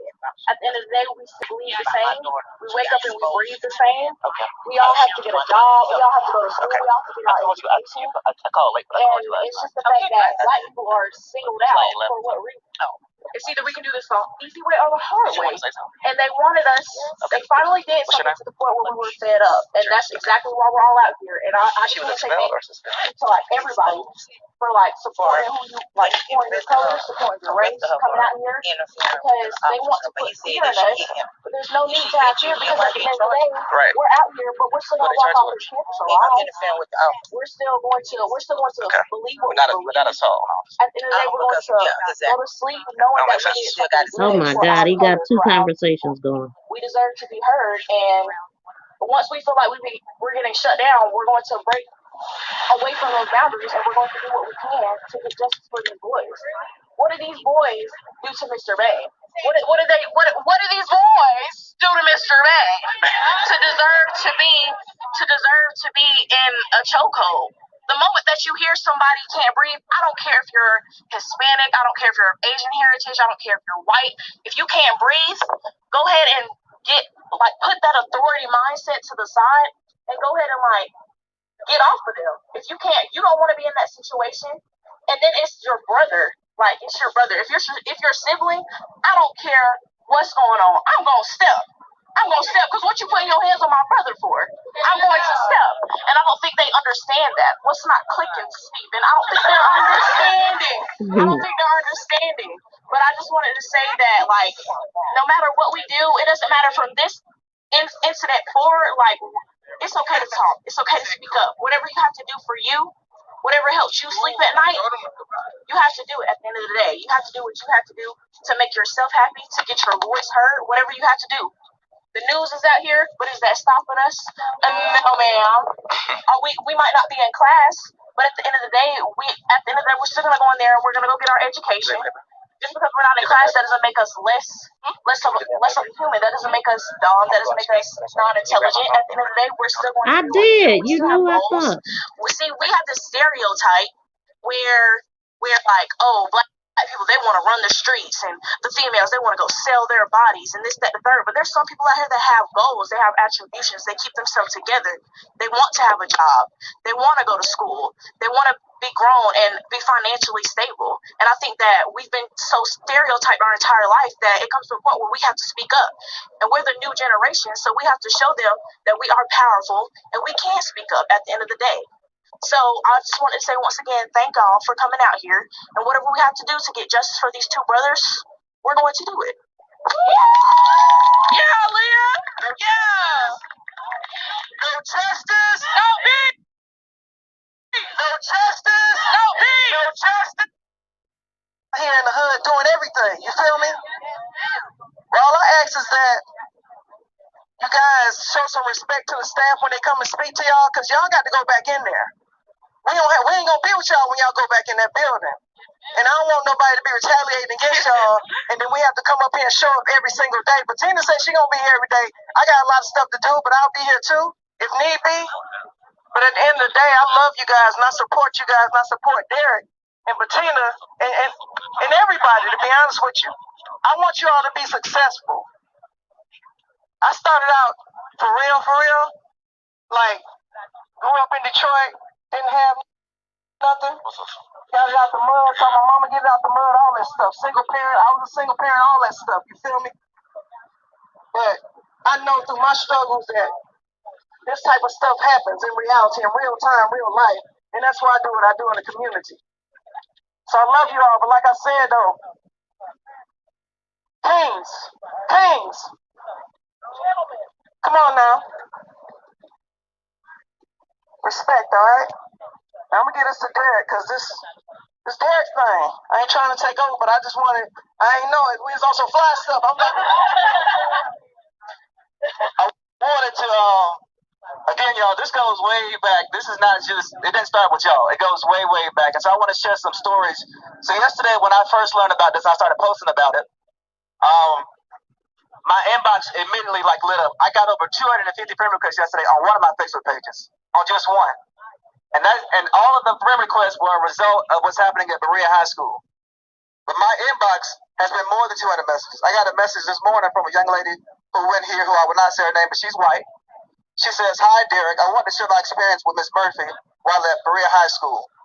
I was a good student, made good grades, was involved in student council, sports, etc." I know we the whole message. It's a long message. You knew you see the link because I dropped it. Even though I did a lot for the school. She was very derogatory towards me and other students, and I could tell, never figure out why she was mean to me. She says, to me, it seems like she was overstepping her boundaries. The girls were not doing anything wrong but being punished when they went to practice because they went out on the weekends when they were not in school. So because she was going out on the weekends when she was not in school, Miss Murphy, when she came to school, Miss Murphy punished her and her teammates. Anybody play softball or anybody under Miss Murphy's administration? Have you had a bad experience with Miss Murphy? All right, no. Her kids have. And listen, y'all. Do not be afraid because the administrator said whatever they said. What the heck? I dropped it twice. I'm seeing the link. I'm dropping it right now. What the heck? That ain't never happened. I just dropped it again. And protest and exercise your voices and your rights. You have the right. It should be there. According to the First Amendment, to be here. There's also a Supreme Court case in 1963 that gives students the right to protest. And so you all are protected under the Constitution. You don't have to worry about a school policy saying come back inside the school. Because I don't know why you don't see it. Policy any and every day. All right, that's just one story. I'm going to skip down to a young man who graduated in 2012. And again, I'm building a case because it didn't just start on Tuesday or Monday. This goes way back. Just start seeing. He says, my first experience with Mr. Goldell okay, good. I know I ain't crazy. There was a pep rally in the gym. He came inside the gym and singled out 4 guys and made them put their faces to the wall. Now, I don't understand why somebody on their first day would feel the need to come into a school and tell a student who's in high school to put their face on the wall in front of other students. It wasn't just like a thing they did in private. He did it in front of the entire gymnasium because he was the principal and he wanted to show that he had the power and the authority. Mr. Bain, we coming down your road too, brother. Mr. Bain, I'm told by a student who graduated in 2013, Mr. Bain stopped him from going to college because It's just Mr. you, Bain you held knew. essential documents that he needed in order to graduate on time and to go to college and play sports. Again, it didn't just start on yesterday or the day before yesterday. And these administrators, and I have messages, and I'll screenshot them and send them to the media. The people don't mind being recognized. But I want to share this story. There was an administrator, a black administrator that worked. He's not talking about. I want him to talk about the incident, but he talking about some other stuff. But hold on.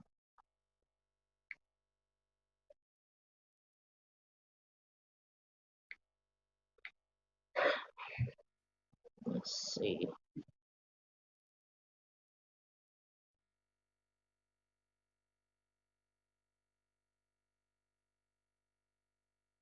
Let me see what he said. This was 2 days ago. Several investigative journalists the past couple of days, and I probably should not be saying this because, but I'm going to say it anyways. So I'm working with several investigative journalists here locally, and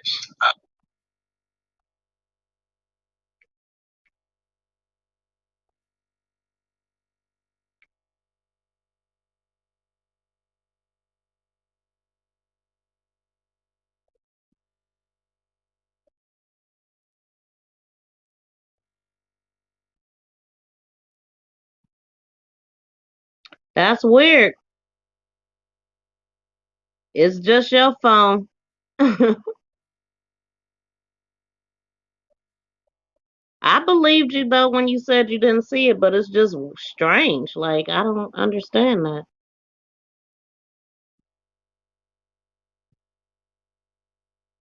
All shooters must complete and sign the range relief waiver, hold harmless identification and assumptions of risk agreement before using the range in Michigan. But you said something about, okay, children under the age of 9 are not allowed in the range area or for any reason. Okay. Yeah, they shouldn't. So 9 and 10 and up then? Hmm.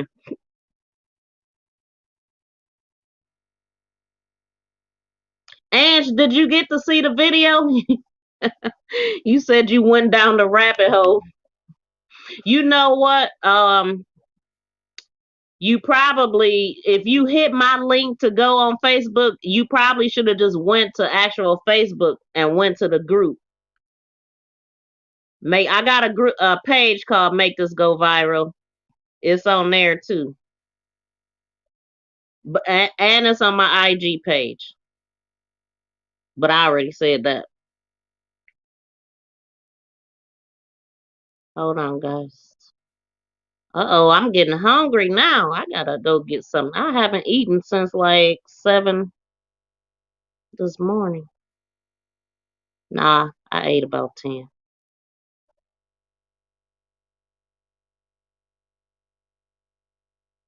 But I'm still hungry.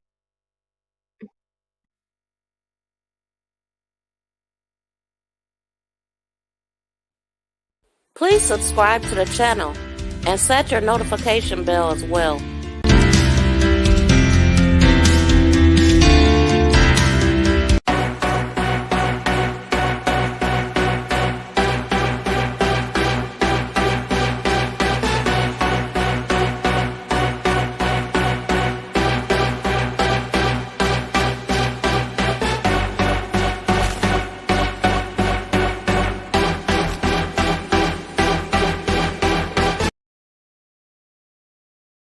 I will say this. I've had a lot of people reach out to me. Probably the majority of the folks, majority of the folks that have reached out to me, they want to see change. They're with this. And there's some people who are really upset with me, right? I had somebody,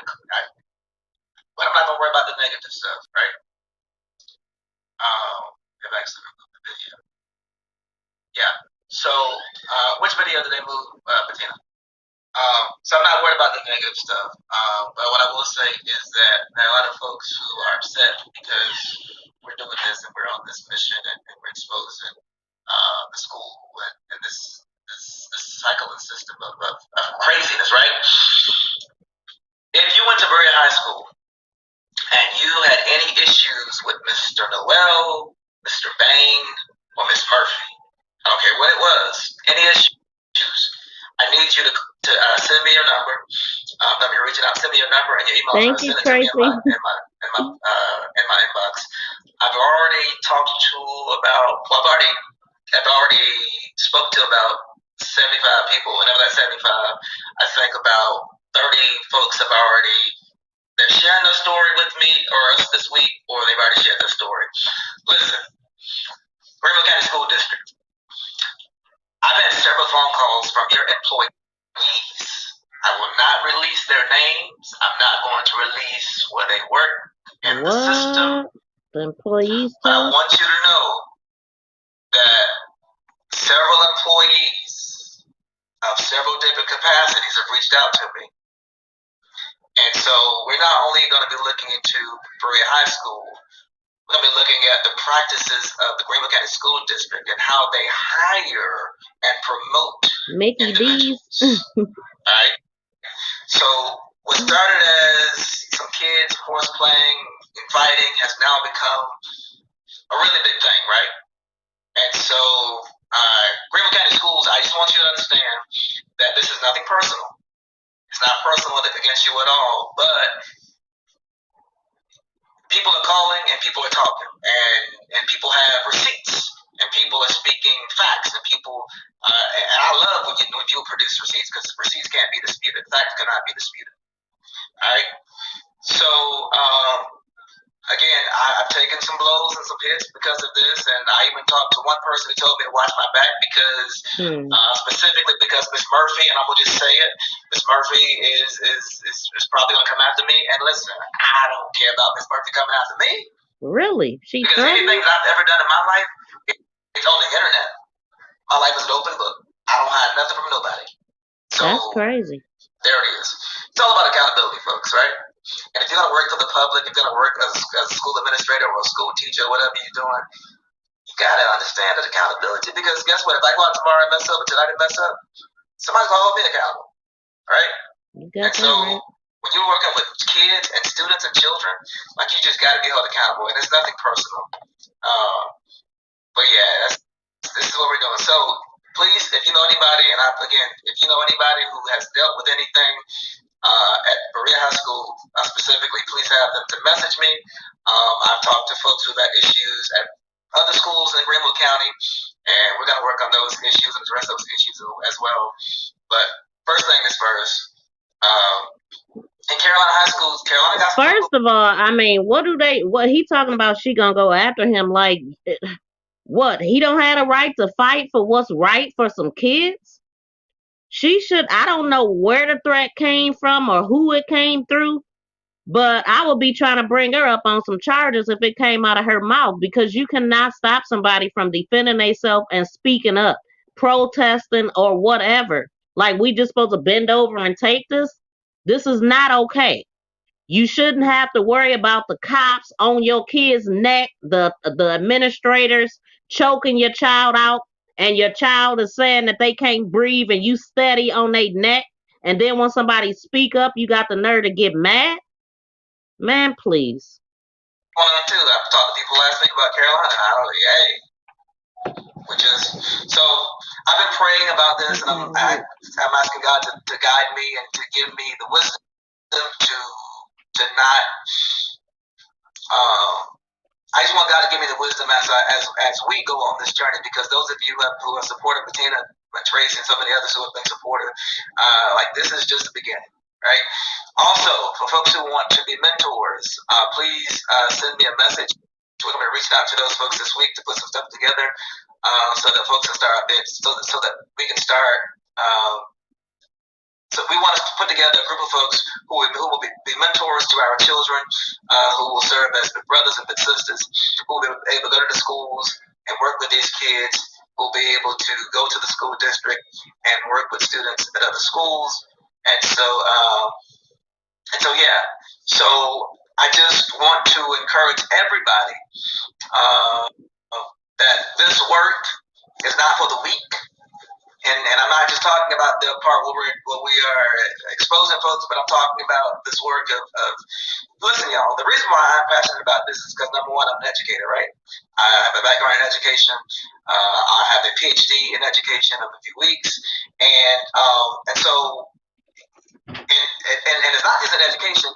It's in education administration, right? It's in higher ed administration, but it's still administration. And so I've learned a whole lot about how to be an effective administrator. I've been an administrator at a college, several colleges. I've worked with students. Listen, I want to say this too. I worked at a college one time, and the students were upset with Thank you, Renegade. y'all and students. There's some students right now watching. Y'all can attest to this. There were some students who were upset about the way things were being. You know who I think? By the administration. In the video, there was a lady trying to stop the girl that was recording from recording. I think that's her right there standing up. I believe that's her right here in this picture. And then the first big guy right here is probably the I forgot what he said his name is, but I think they're talking about all the people that was involved. Now that looked like a cop, but this person that looked like they got on shorts, I don't know who that is. But yeah, I'm thinking it's all the adults that's sitting up here on top of these kids. They're kids. Look how he got his face. This one right here, the closest one to the front.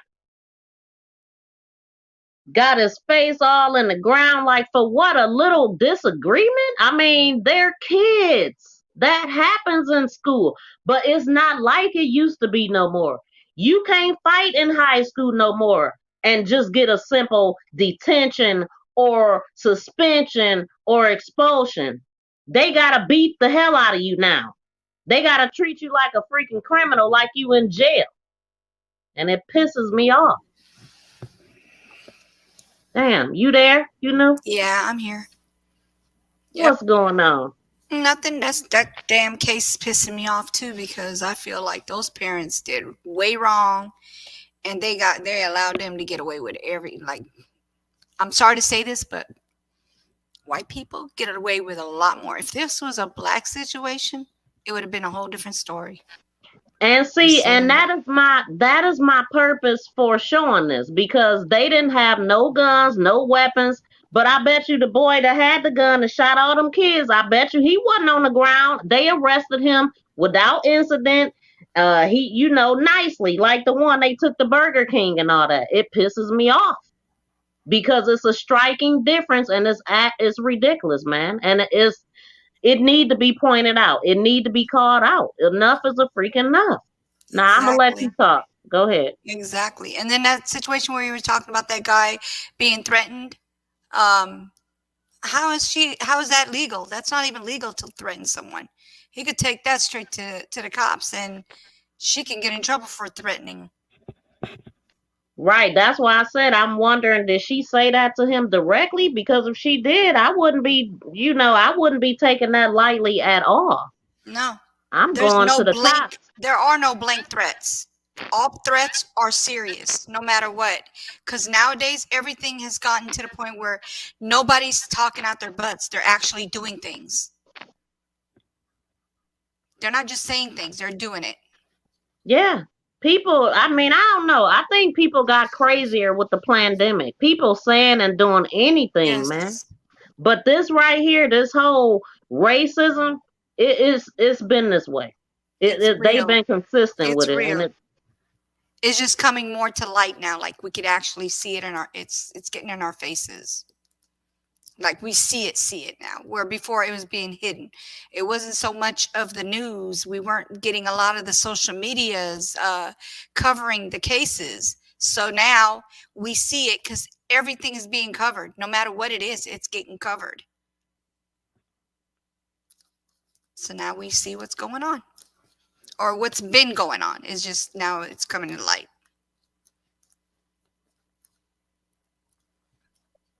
Hold on. I'm messing around and messing around with this thing, and I always be on mute because I don't It's want no okay. feedback. But I Oh, you're don't. doing fine. You're doing fine. Sometimes I don't hear it, and then I be thinking it's cool, but I don't know. I know Yeah. what you been. What the heck is going on here? Hold on.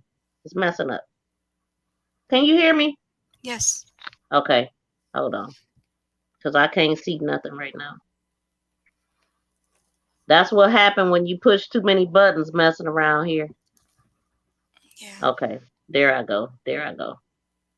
Can you make me smaller? I look so big on here. I'm about to. That's what I'm messing with. The freaking layout, and I don't know why this thing.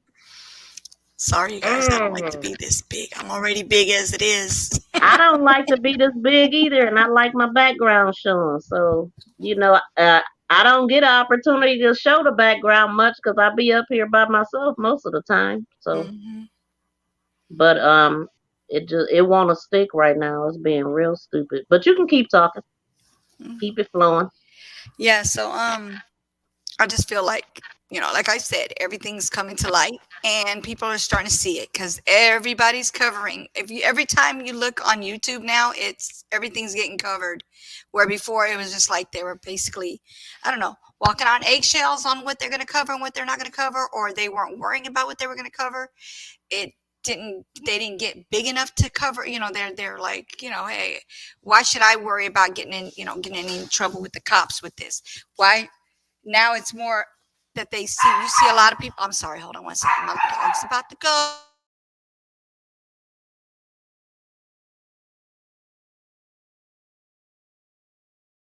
So now it's like you got people who are, covering the cases. They're not worrying about anything like they used to. Everybody used to be scared to cover things because they thought they were going to be in some kind of trouble, or maybe if they get pulled over by the cops and the cop recognizes them, they're going to, pick at them or do something to them. Now it's like everybody's doing whatever. They don't care. A lot of people don't care anymore because the pandemic is taking people, and they're like, okay, if the pandemic can take me, these cops can take me. I'm just going to go ahead and say what I'm going to say. Regardless of what they think, I'm just going to go ahead and say what I'm going to say because they're going to do something sooner or later. That's how a lot of people think nowadays. Okay, now we got the background. Hi, everybody. That's a cool background, though. So, yeah. They about to irritate me. Oh, this is beyond hello. I wasn't even trying to push that button. Boy, I tell you. Hold on. Let me see if anybody's saying something. But what do you think about the Ethan Crumbley case? What do you think about? Do you think his parents should be held just as much accountable as him? Yeah, for sure. For sure. So they charging them with 4 counts of involuntary manslaughter. But he will be getting like first degree murder and stuff like that because he planned this. So hey, Obsidian, thanks for coming in. So that's why I'm saying that you think they should get the same sentence because they can't charge them with first degree murder, I guess. No, because they didn't do it, but they were an accessory to murder. But they got 4 counts and each count hold 15 years. Wow. He ain't never getting out. He was old enough to know better. You 15 years old. So it's over with. You kill 4 people, of course you're gonna suffer. I'm sorry. He killed 4 people, and then how many got injured? Like 7. I'm glad to hear that some of them are going home. Right. Yeah.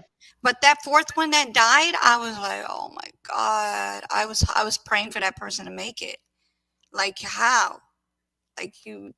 How do you just go shoot people up like that? I don't get what do people. you think? What do you think about the school? Because honestly, the school, the parents, they could have stopped it, but the school could have stopped it. They actually had this boy in the office. There was a teacher paying attention to what he was doing. You drawing pictures and all this stuff, gruesome photos, and they just let him go. Let him go. Oh, the parents, I don't want to take him home. because there's nobody home with him. So we refusing to take him. What you think about them not doing nothing about Okay, that? the school situation, they're definitely at a little bit, I'm not going to say 100% at fault, but they got some fault, because if they had any inkling that this child can do anything, especially if you got these gruesome pictures that he's drawing and the things that he was saying, like, come on, you have to take things like that serious nowadays. Things are not like the way you used to be, where people were like saying, I call it blank threats, like they're lying, they're saying they're going to do something, but they never do it. Nowadays, everything has to be taken serious. There's nothing that's not serious anymore. Everything is serious. So they should have did something. They should have definitely made sure that child did not have something on them, because I I know they think do they're gonna have. get Don't charged they with have something. like, yeah? Don't they have like metal detectors or No, something? They should. probably not. Most schools, I don't know a school here to have metal detectors. I In remember Louisiana, that they coming up. do. In They Louisiana, they have do. them. Oh, yes, They ma'am. do. Yes, Really? ma'am. Yes, ma'am. Yes, ma'am. They do. I don't think ours do. If unless they just did it this year. I haven't been to the schools since 2017, but the last time I went in there, they had a little wand they were checking people out with. Yes, ma'am. And I don't know if they still have it, but they were having, the girls had to have like their purses. They have to be see-through purses. Their Oh book wow! bags have to Just be like they see-through. do. That's how they do at the casino. You gotta have a see-through purse, and they do that at like when you're a waitress at restaurants and stuff like that. They do that then too. Yeah. So yeah, see they not. I mean, as many school shootings as it's been, you would think that they would be better about it by now. Like, okay, so all the schools that's been shot up thus far, they didn't have metal detectors. Those Come kids, on. That don't make no sense. Come on now, Miss V. That don't make no sense. That they're not taking any precautions, knowing that these kids are doing these things. I mean, they tell them like they do like some type of you know how they test the fire drills and all that stuff. They do drills for shooters and stuff now. Right. But I think that's the most precaution that they taken. But I Didn't they mean I have could like be a wrong. code, like bruh or bruh, right? Wasn't that their code? And then the kids all took off? Bruh or bruh? Oh no, what happened was they somebody was on the other end of the door trying to get them to Right. leave out, and the dude was like, the dude said bruh, and they was like, oh, that's a sign, that ain't no cop, that's him. And they ran. That part made me laugh a little bit because I mean they was like, oh, that's a sign, and then they all ran out to safety. But then later on I heard, I don't know why I hear my voice in the background, but later on I heard law enforcement or somebody say, no, that wasn't the shooter. And I'm thinking they had the shooter out at that time, so they knew it wasn't him. They said it was probably one of our guys. But why would he say bruh like a kid? Because he did sound like he could have been a shooter. Yeah. Like I don't know if was that like a safe word for them? Because I know like nowadays you do have to have safe words. No, that wasn't no safe word. That made them take off running when he said bruh. They should have safe words. Literally, they should have safe words, because yeah, but even in if it's relationships another, they should have but if safe it's words. another student, they taking the same drill everybody else is. They know what the safe word is too. That's true. You know, I didn't think about that. Yeah, I mean, you basically teaching them. It's like I mean, because like I said, these shooter kids, they sitting in there with the same drill, so it's a good thing, but it's a bad thing at the same time because they know what you gonna do. I didn't think he was trying to be relatable, but it didn't work. Oh, I think, yeah, not at that moment. You know what I'm saying? You know, I mean, and he sounded a little bit too cool with it. Man, let me find that video. He But the sounded a thing little bit is too cool okay, with it. so they're saying he said bruh, right? So they automatically were like, no, that doesn't sound like somebody that's going to be here to help us. That's going to be him that said Yeah. bruh, right? Okay, Yeah. so they could have used that as a, I'm talking about like, they all going to know the word, right? They all know the safe word. But if they hear that word, don't you think they would like, you see how they took off? They were like, oh, that's not something that a police would say. that's that guy. He's about to come in here and shoot us, right? So could that have been a word that they figured that? Why would they not think a cop would say that word? You understand what I'm saying? Because a cop shouldn't be using slang. You know, he's law True, enforcement. but He's authority is how they looking at it. they got some cops that have slang words. Yeah, you can be 18 and be a freaking cop, so they kids too, but you ain't supposed to do that at work. Yeah, I Here's know what they something. do. Hold on, let's see what this is. I think this is it. Hold on. Let me turn my camera on. Yep, it is it. Hold on. Why is it not?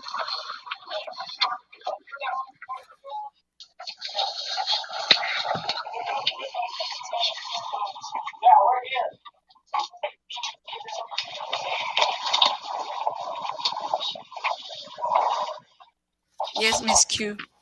That's exactly what happened.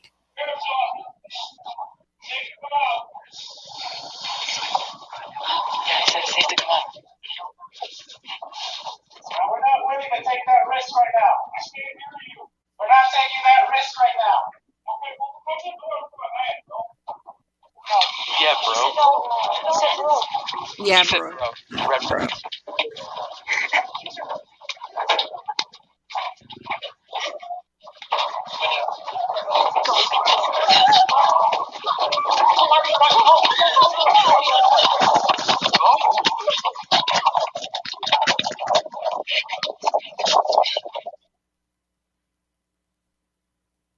Yeah, bro wasn't bro wasn't the right word at that time to say. Like, dude, they looking for an adult voice, somebody that's gonna, comfort them. They Like, did the right thing, y'all, but you guys are going to be okay or something. And then he goes and yeah, says the word that freaks them out. See, and then in a way, that could have resulted. Thank goodness it resulted in a way where they took off. That could have resulted in a whole negative way. yeah. They What could do have you freaked mean? out. They could have freaked out and kind of like I don't know, almost like they freeze. They're gonna freeze and not think straight. It could have been it could have been anything could have happened, with that situation. And I'm glad it didn't happen that way, but it could have happened where they froze and they didn't know what to do. It was like, you know what I'm saying? Yeah, for sure. So that's kind of, I'm just glad it didn't work out the negative way. I'm glad it worked out the positive way, more of a positive way, I should say. And both of these parents was sitting up there crying, man. I don't know what these people was thinking. I just don't. Me neither.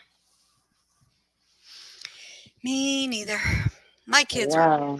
are all old enough to have guns, but I'll be dang if I'm gonna go buy them a gun. Yeah, man. I'm not gonna lie. I possess a gun, but I use it responsibly. I don't just go out and nilly-dilly and just kind of throw it around and let people see it. It's hidden away where nobody knows where it's at. My husband doesn't even know where it's at. I just know where it's Really? at. Yeah. Wow. Yeah. This is something they posted a day ago. I'm gonna look at this. It's something about the. It's Oh dang! dangerous I out hit the there. wrong button. Yeah, I mean, I'm not against guns, but like if you got a gun, you really should put it up. But I mean, Definitely. that wasn't even the case with this one. Heck, it was his No, it gun. was a gift, So right? yeah, Black So, Friday gift. He did mm, not wait. He didn't even get it out the box good before he went to use it. And it's like Renegade said that he knew what he was doing. And it's almost like the parents knew too because it happened so quick. This basically is it was some type of right after they give him the gun, he goes and does this. This was like almost like they knew he was being bullied, and they were like, "Here, take care of it, and we'll just see yeah, how it goes." right. That's And what it then sounded she's like to me. on, and I felt like she was on Facebook showing it off so people would know he got a gun. You better leave him alone. You Right, know, like for a him to threat. be looking up ammunition and his mother respond, "Don't get caught." LOL. Yep. No, Yeah, sorry, wrong answer, Mama. yeah, that's Wrong why they're answer. getting charged. That's why they definitely need to get charged. They need to get charged a good bit. That's crazy. Let's see. Let's play this. Juliana Madison Baldwin, and the memorial just keeps on growing, and you can see right in the back there a message board with messages for the families and everything like that. But Attorney General Dana Nessel, she's not happy that the Oxford Community Schools has turned down her request to help in this third-party investigation. It went from a normal school day at Oxford High School to a nightmare in just 5 minutes. A tragedy that left 4 students dead. 16-year-old Tate Meir, 17-year-old Madison Baldwin, 14-year-old Hannah St. Juliana, and 17-year-old Justin Schilling. Attorney General Dana Nessel turning up the heat on the Oxford Community Schools after they rejected her office's help. I'm disappointed, quite honestly. Obviously we hope that the school district cares as much about the safety of their students as to shielding themselves from civil liability. But her office will continue assisting the Oakland County Sheriff's Department and the Oakland County Prosecutor in, quote, any way we can. But what remains are many questions that parents have and that the community of Oxford has. Casey Smith is a father, and his daughter was in the hallway when the shooting started. He appeared on CNN last night, frustrated that 15-year-old Ethan Crumbley was allowed to go back to class after meeting with the school. I think a lot of us feel that way, angry. Either procedures weren't followed, there's protocols in place that either weren't followed or they weren't in place to begin with. Clearly, something should have been done, and there was the opportunity to do something that could have prevented this horrific tragedy. Those questions, Nessel says, would be answered through her investigation, and that families in the Oxford community will be heard. We're going to talk to the community. We're going to talk to the parents and the students in Oxford and see what it is that they want to see happen. And I'm sure they're going to make their feelings known about the rejection of our offer. Now, Ethan Crumbley, James and Jennifer Crumbley, they all remain locked up at the Oakland County Jail. And as for the Oxford Community Schools, they're going to go through a soft reopening. They're also going to be having police officers, guidance counselors, and for the high school, the plan to reopen is, well, it's still evolving. Reporting in Oxford this morning, I'm Peter Maxwell, 7 Action. So you knew. How soon do you think you will send your kid back to school? Because I don't think I would be in a rush. That might change things forever for me. You mean after you find out they were being bullied? No, I'm talking about they talking about doing a soft reopening of the school, and this just happened. That's tragic. No. You know what I mean? Like kids laying dead on the ground, blood everywhere. I mean, when is it okay to go back? My kid would not be going back to that school. My kid would not be going to school until I know that they're okay. Because you don't know what the repercussion from this is going to be. You don't know what's going to happen. You don't know what your child is going to go through. I agree with that. If your child ends up having nightmares, situations where they feel like somebody's always going to do something to them and have them PTSD, like just going through traumatic stress, period. No way I would take my children to that school. They would not see the sight of that school. Thank you for hanging out, Renegade. I appreciate you. Gonna get off here for a bit to go get something to eat. I'm about to go get something to eat too. I'm hungry. Hope everyone has a great and blessed day. You do the same. Don't be a stranger. You got that right picture up there. Look at these people. Do they not all look like they need to be in jail? Like they don't look like people. They definitely don't look well in these photos after all this. Exactly. You said I will punch each one of those photos in the face. What's up, Sly? I agree with you. Yeah, that's.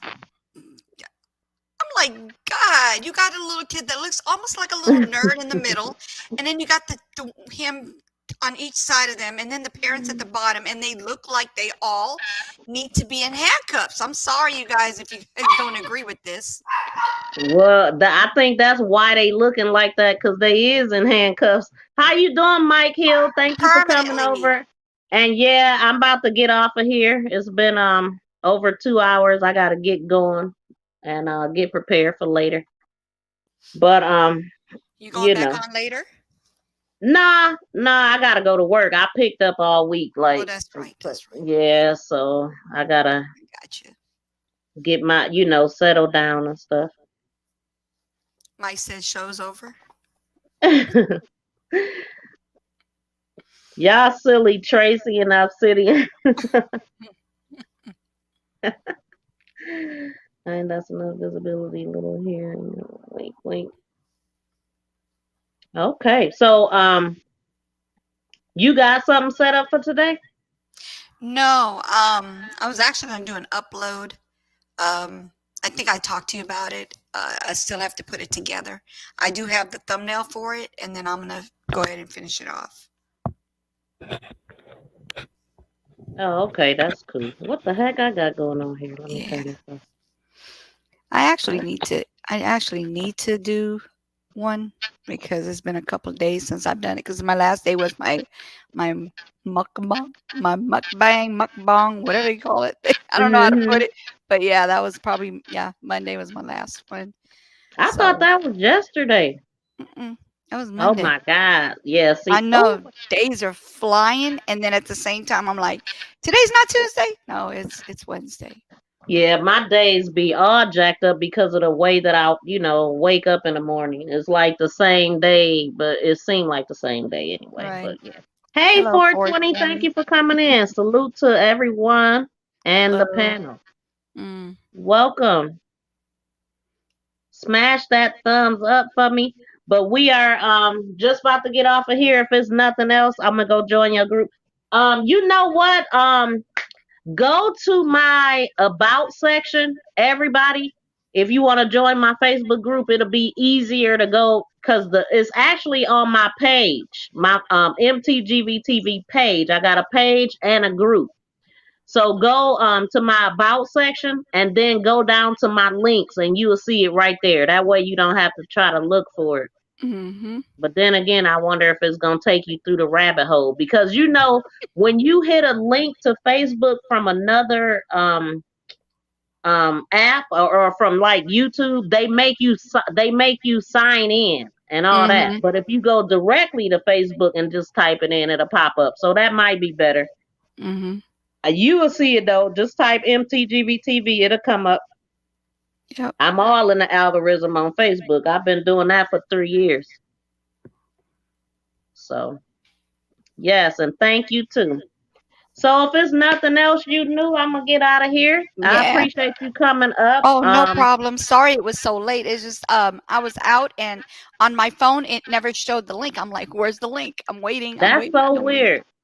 I Yeah, don't I know don't know what what. I'm happened. like, what the? You made me think I didn't post. I'm like, wait a minute, because when I'm on here, Sorry. just like yesterday, I said hi to Tracy, and she had been there the whole time, and she told me that. But everything that I post, I always rewatch it.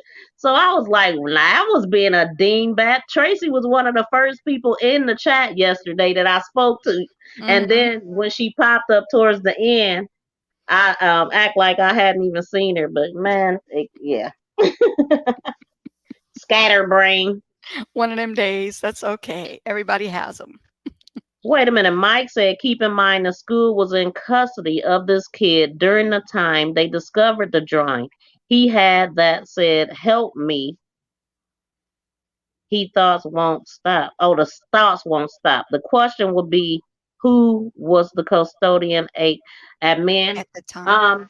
Well, I mean, the parents were called and they told them they didn't want to take the kid. They suggested that they take the kid, and they said no. They wanted to leave them there. So that's where the school is at fault in my mind because they should have called CPS. They should have called the cops because at that time you're like refusing to take your kid and he already been put out of here. Mm-hmm. So they shouldn't have had that option. Right. So they at fault for that, man. They already said he need counseling for within 48 hours. So that should have been he can't come back unless he got proof of that, Right. So they screwed up. They messed up. Yeah. And They thank you definitely did. again, Q, for sharing it. I appreciate you as always. I was watching your premiere. Everybody go check out Q Carlock. And I mean, y'all probably everybody know everybody. I'm thinking, but still, Q, you should drop your link because it might be it is some people in here that ain't subscribed. There'll be some people that come. As a matter of fact, everybody that's a moderator that has content, go ahead and drop your own link, and you can do the same. Let's support each other. We all need the support. And Q, what I was saying, she did a premiere on a little boy, and I don't remember his name, but he passed away, and it was horrific what I was hearing. Um, oh my God, I can't even talk about it. So if y'all want to see that, go check her out. I can't tell y'all what happened to this baby because it's so horrific. Sorry I about don't that. even want to say it. Yeah. I couldn't believe what I was listening to. But yeah, thank you for coming up, you knew, and we'll have to do this again, collaborate on a story. Definitely. Definitely. Yeah, let's I get got you. together, make it happen. Definitely. Definitely. Will But do. okay. All right, Okay. see you next time. All right, sweetie. You guys have a great day. Bye. So we out of here, guys. Thank you so much for hanging out. Please be sure to like, share, and subscribe to my channel. Make this go viral. I am Miss V, crime reporter, website promoter. If you are interested in showcasing your website, hit me up in my DM on IG, and we can discuss all the details of showcasing your business, doing a commercial, and running it on my show for a couple of months, as well as promoting you on other social media sites. If this sounds like something that you would be interested in, DM me right now and type in the comments, I am interested. And let's talk. Let's talk about your business. Let's showcase your business. Thank you for shopping with me. Contact me via IG to discuss your order or any questions you may have, any special orders or customization. See you in the DM.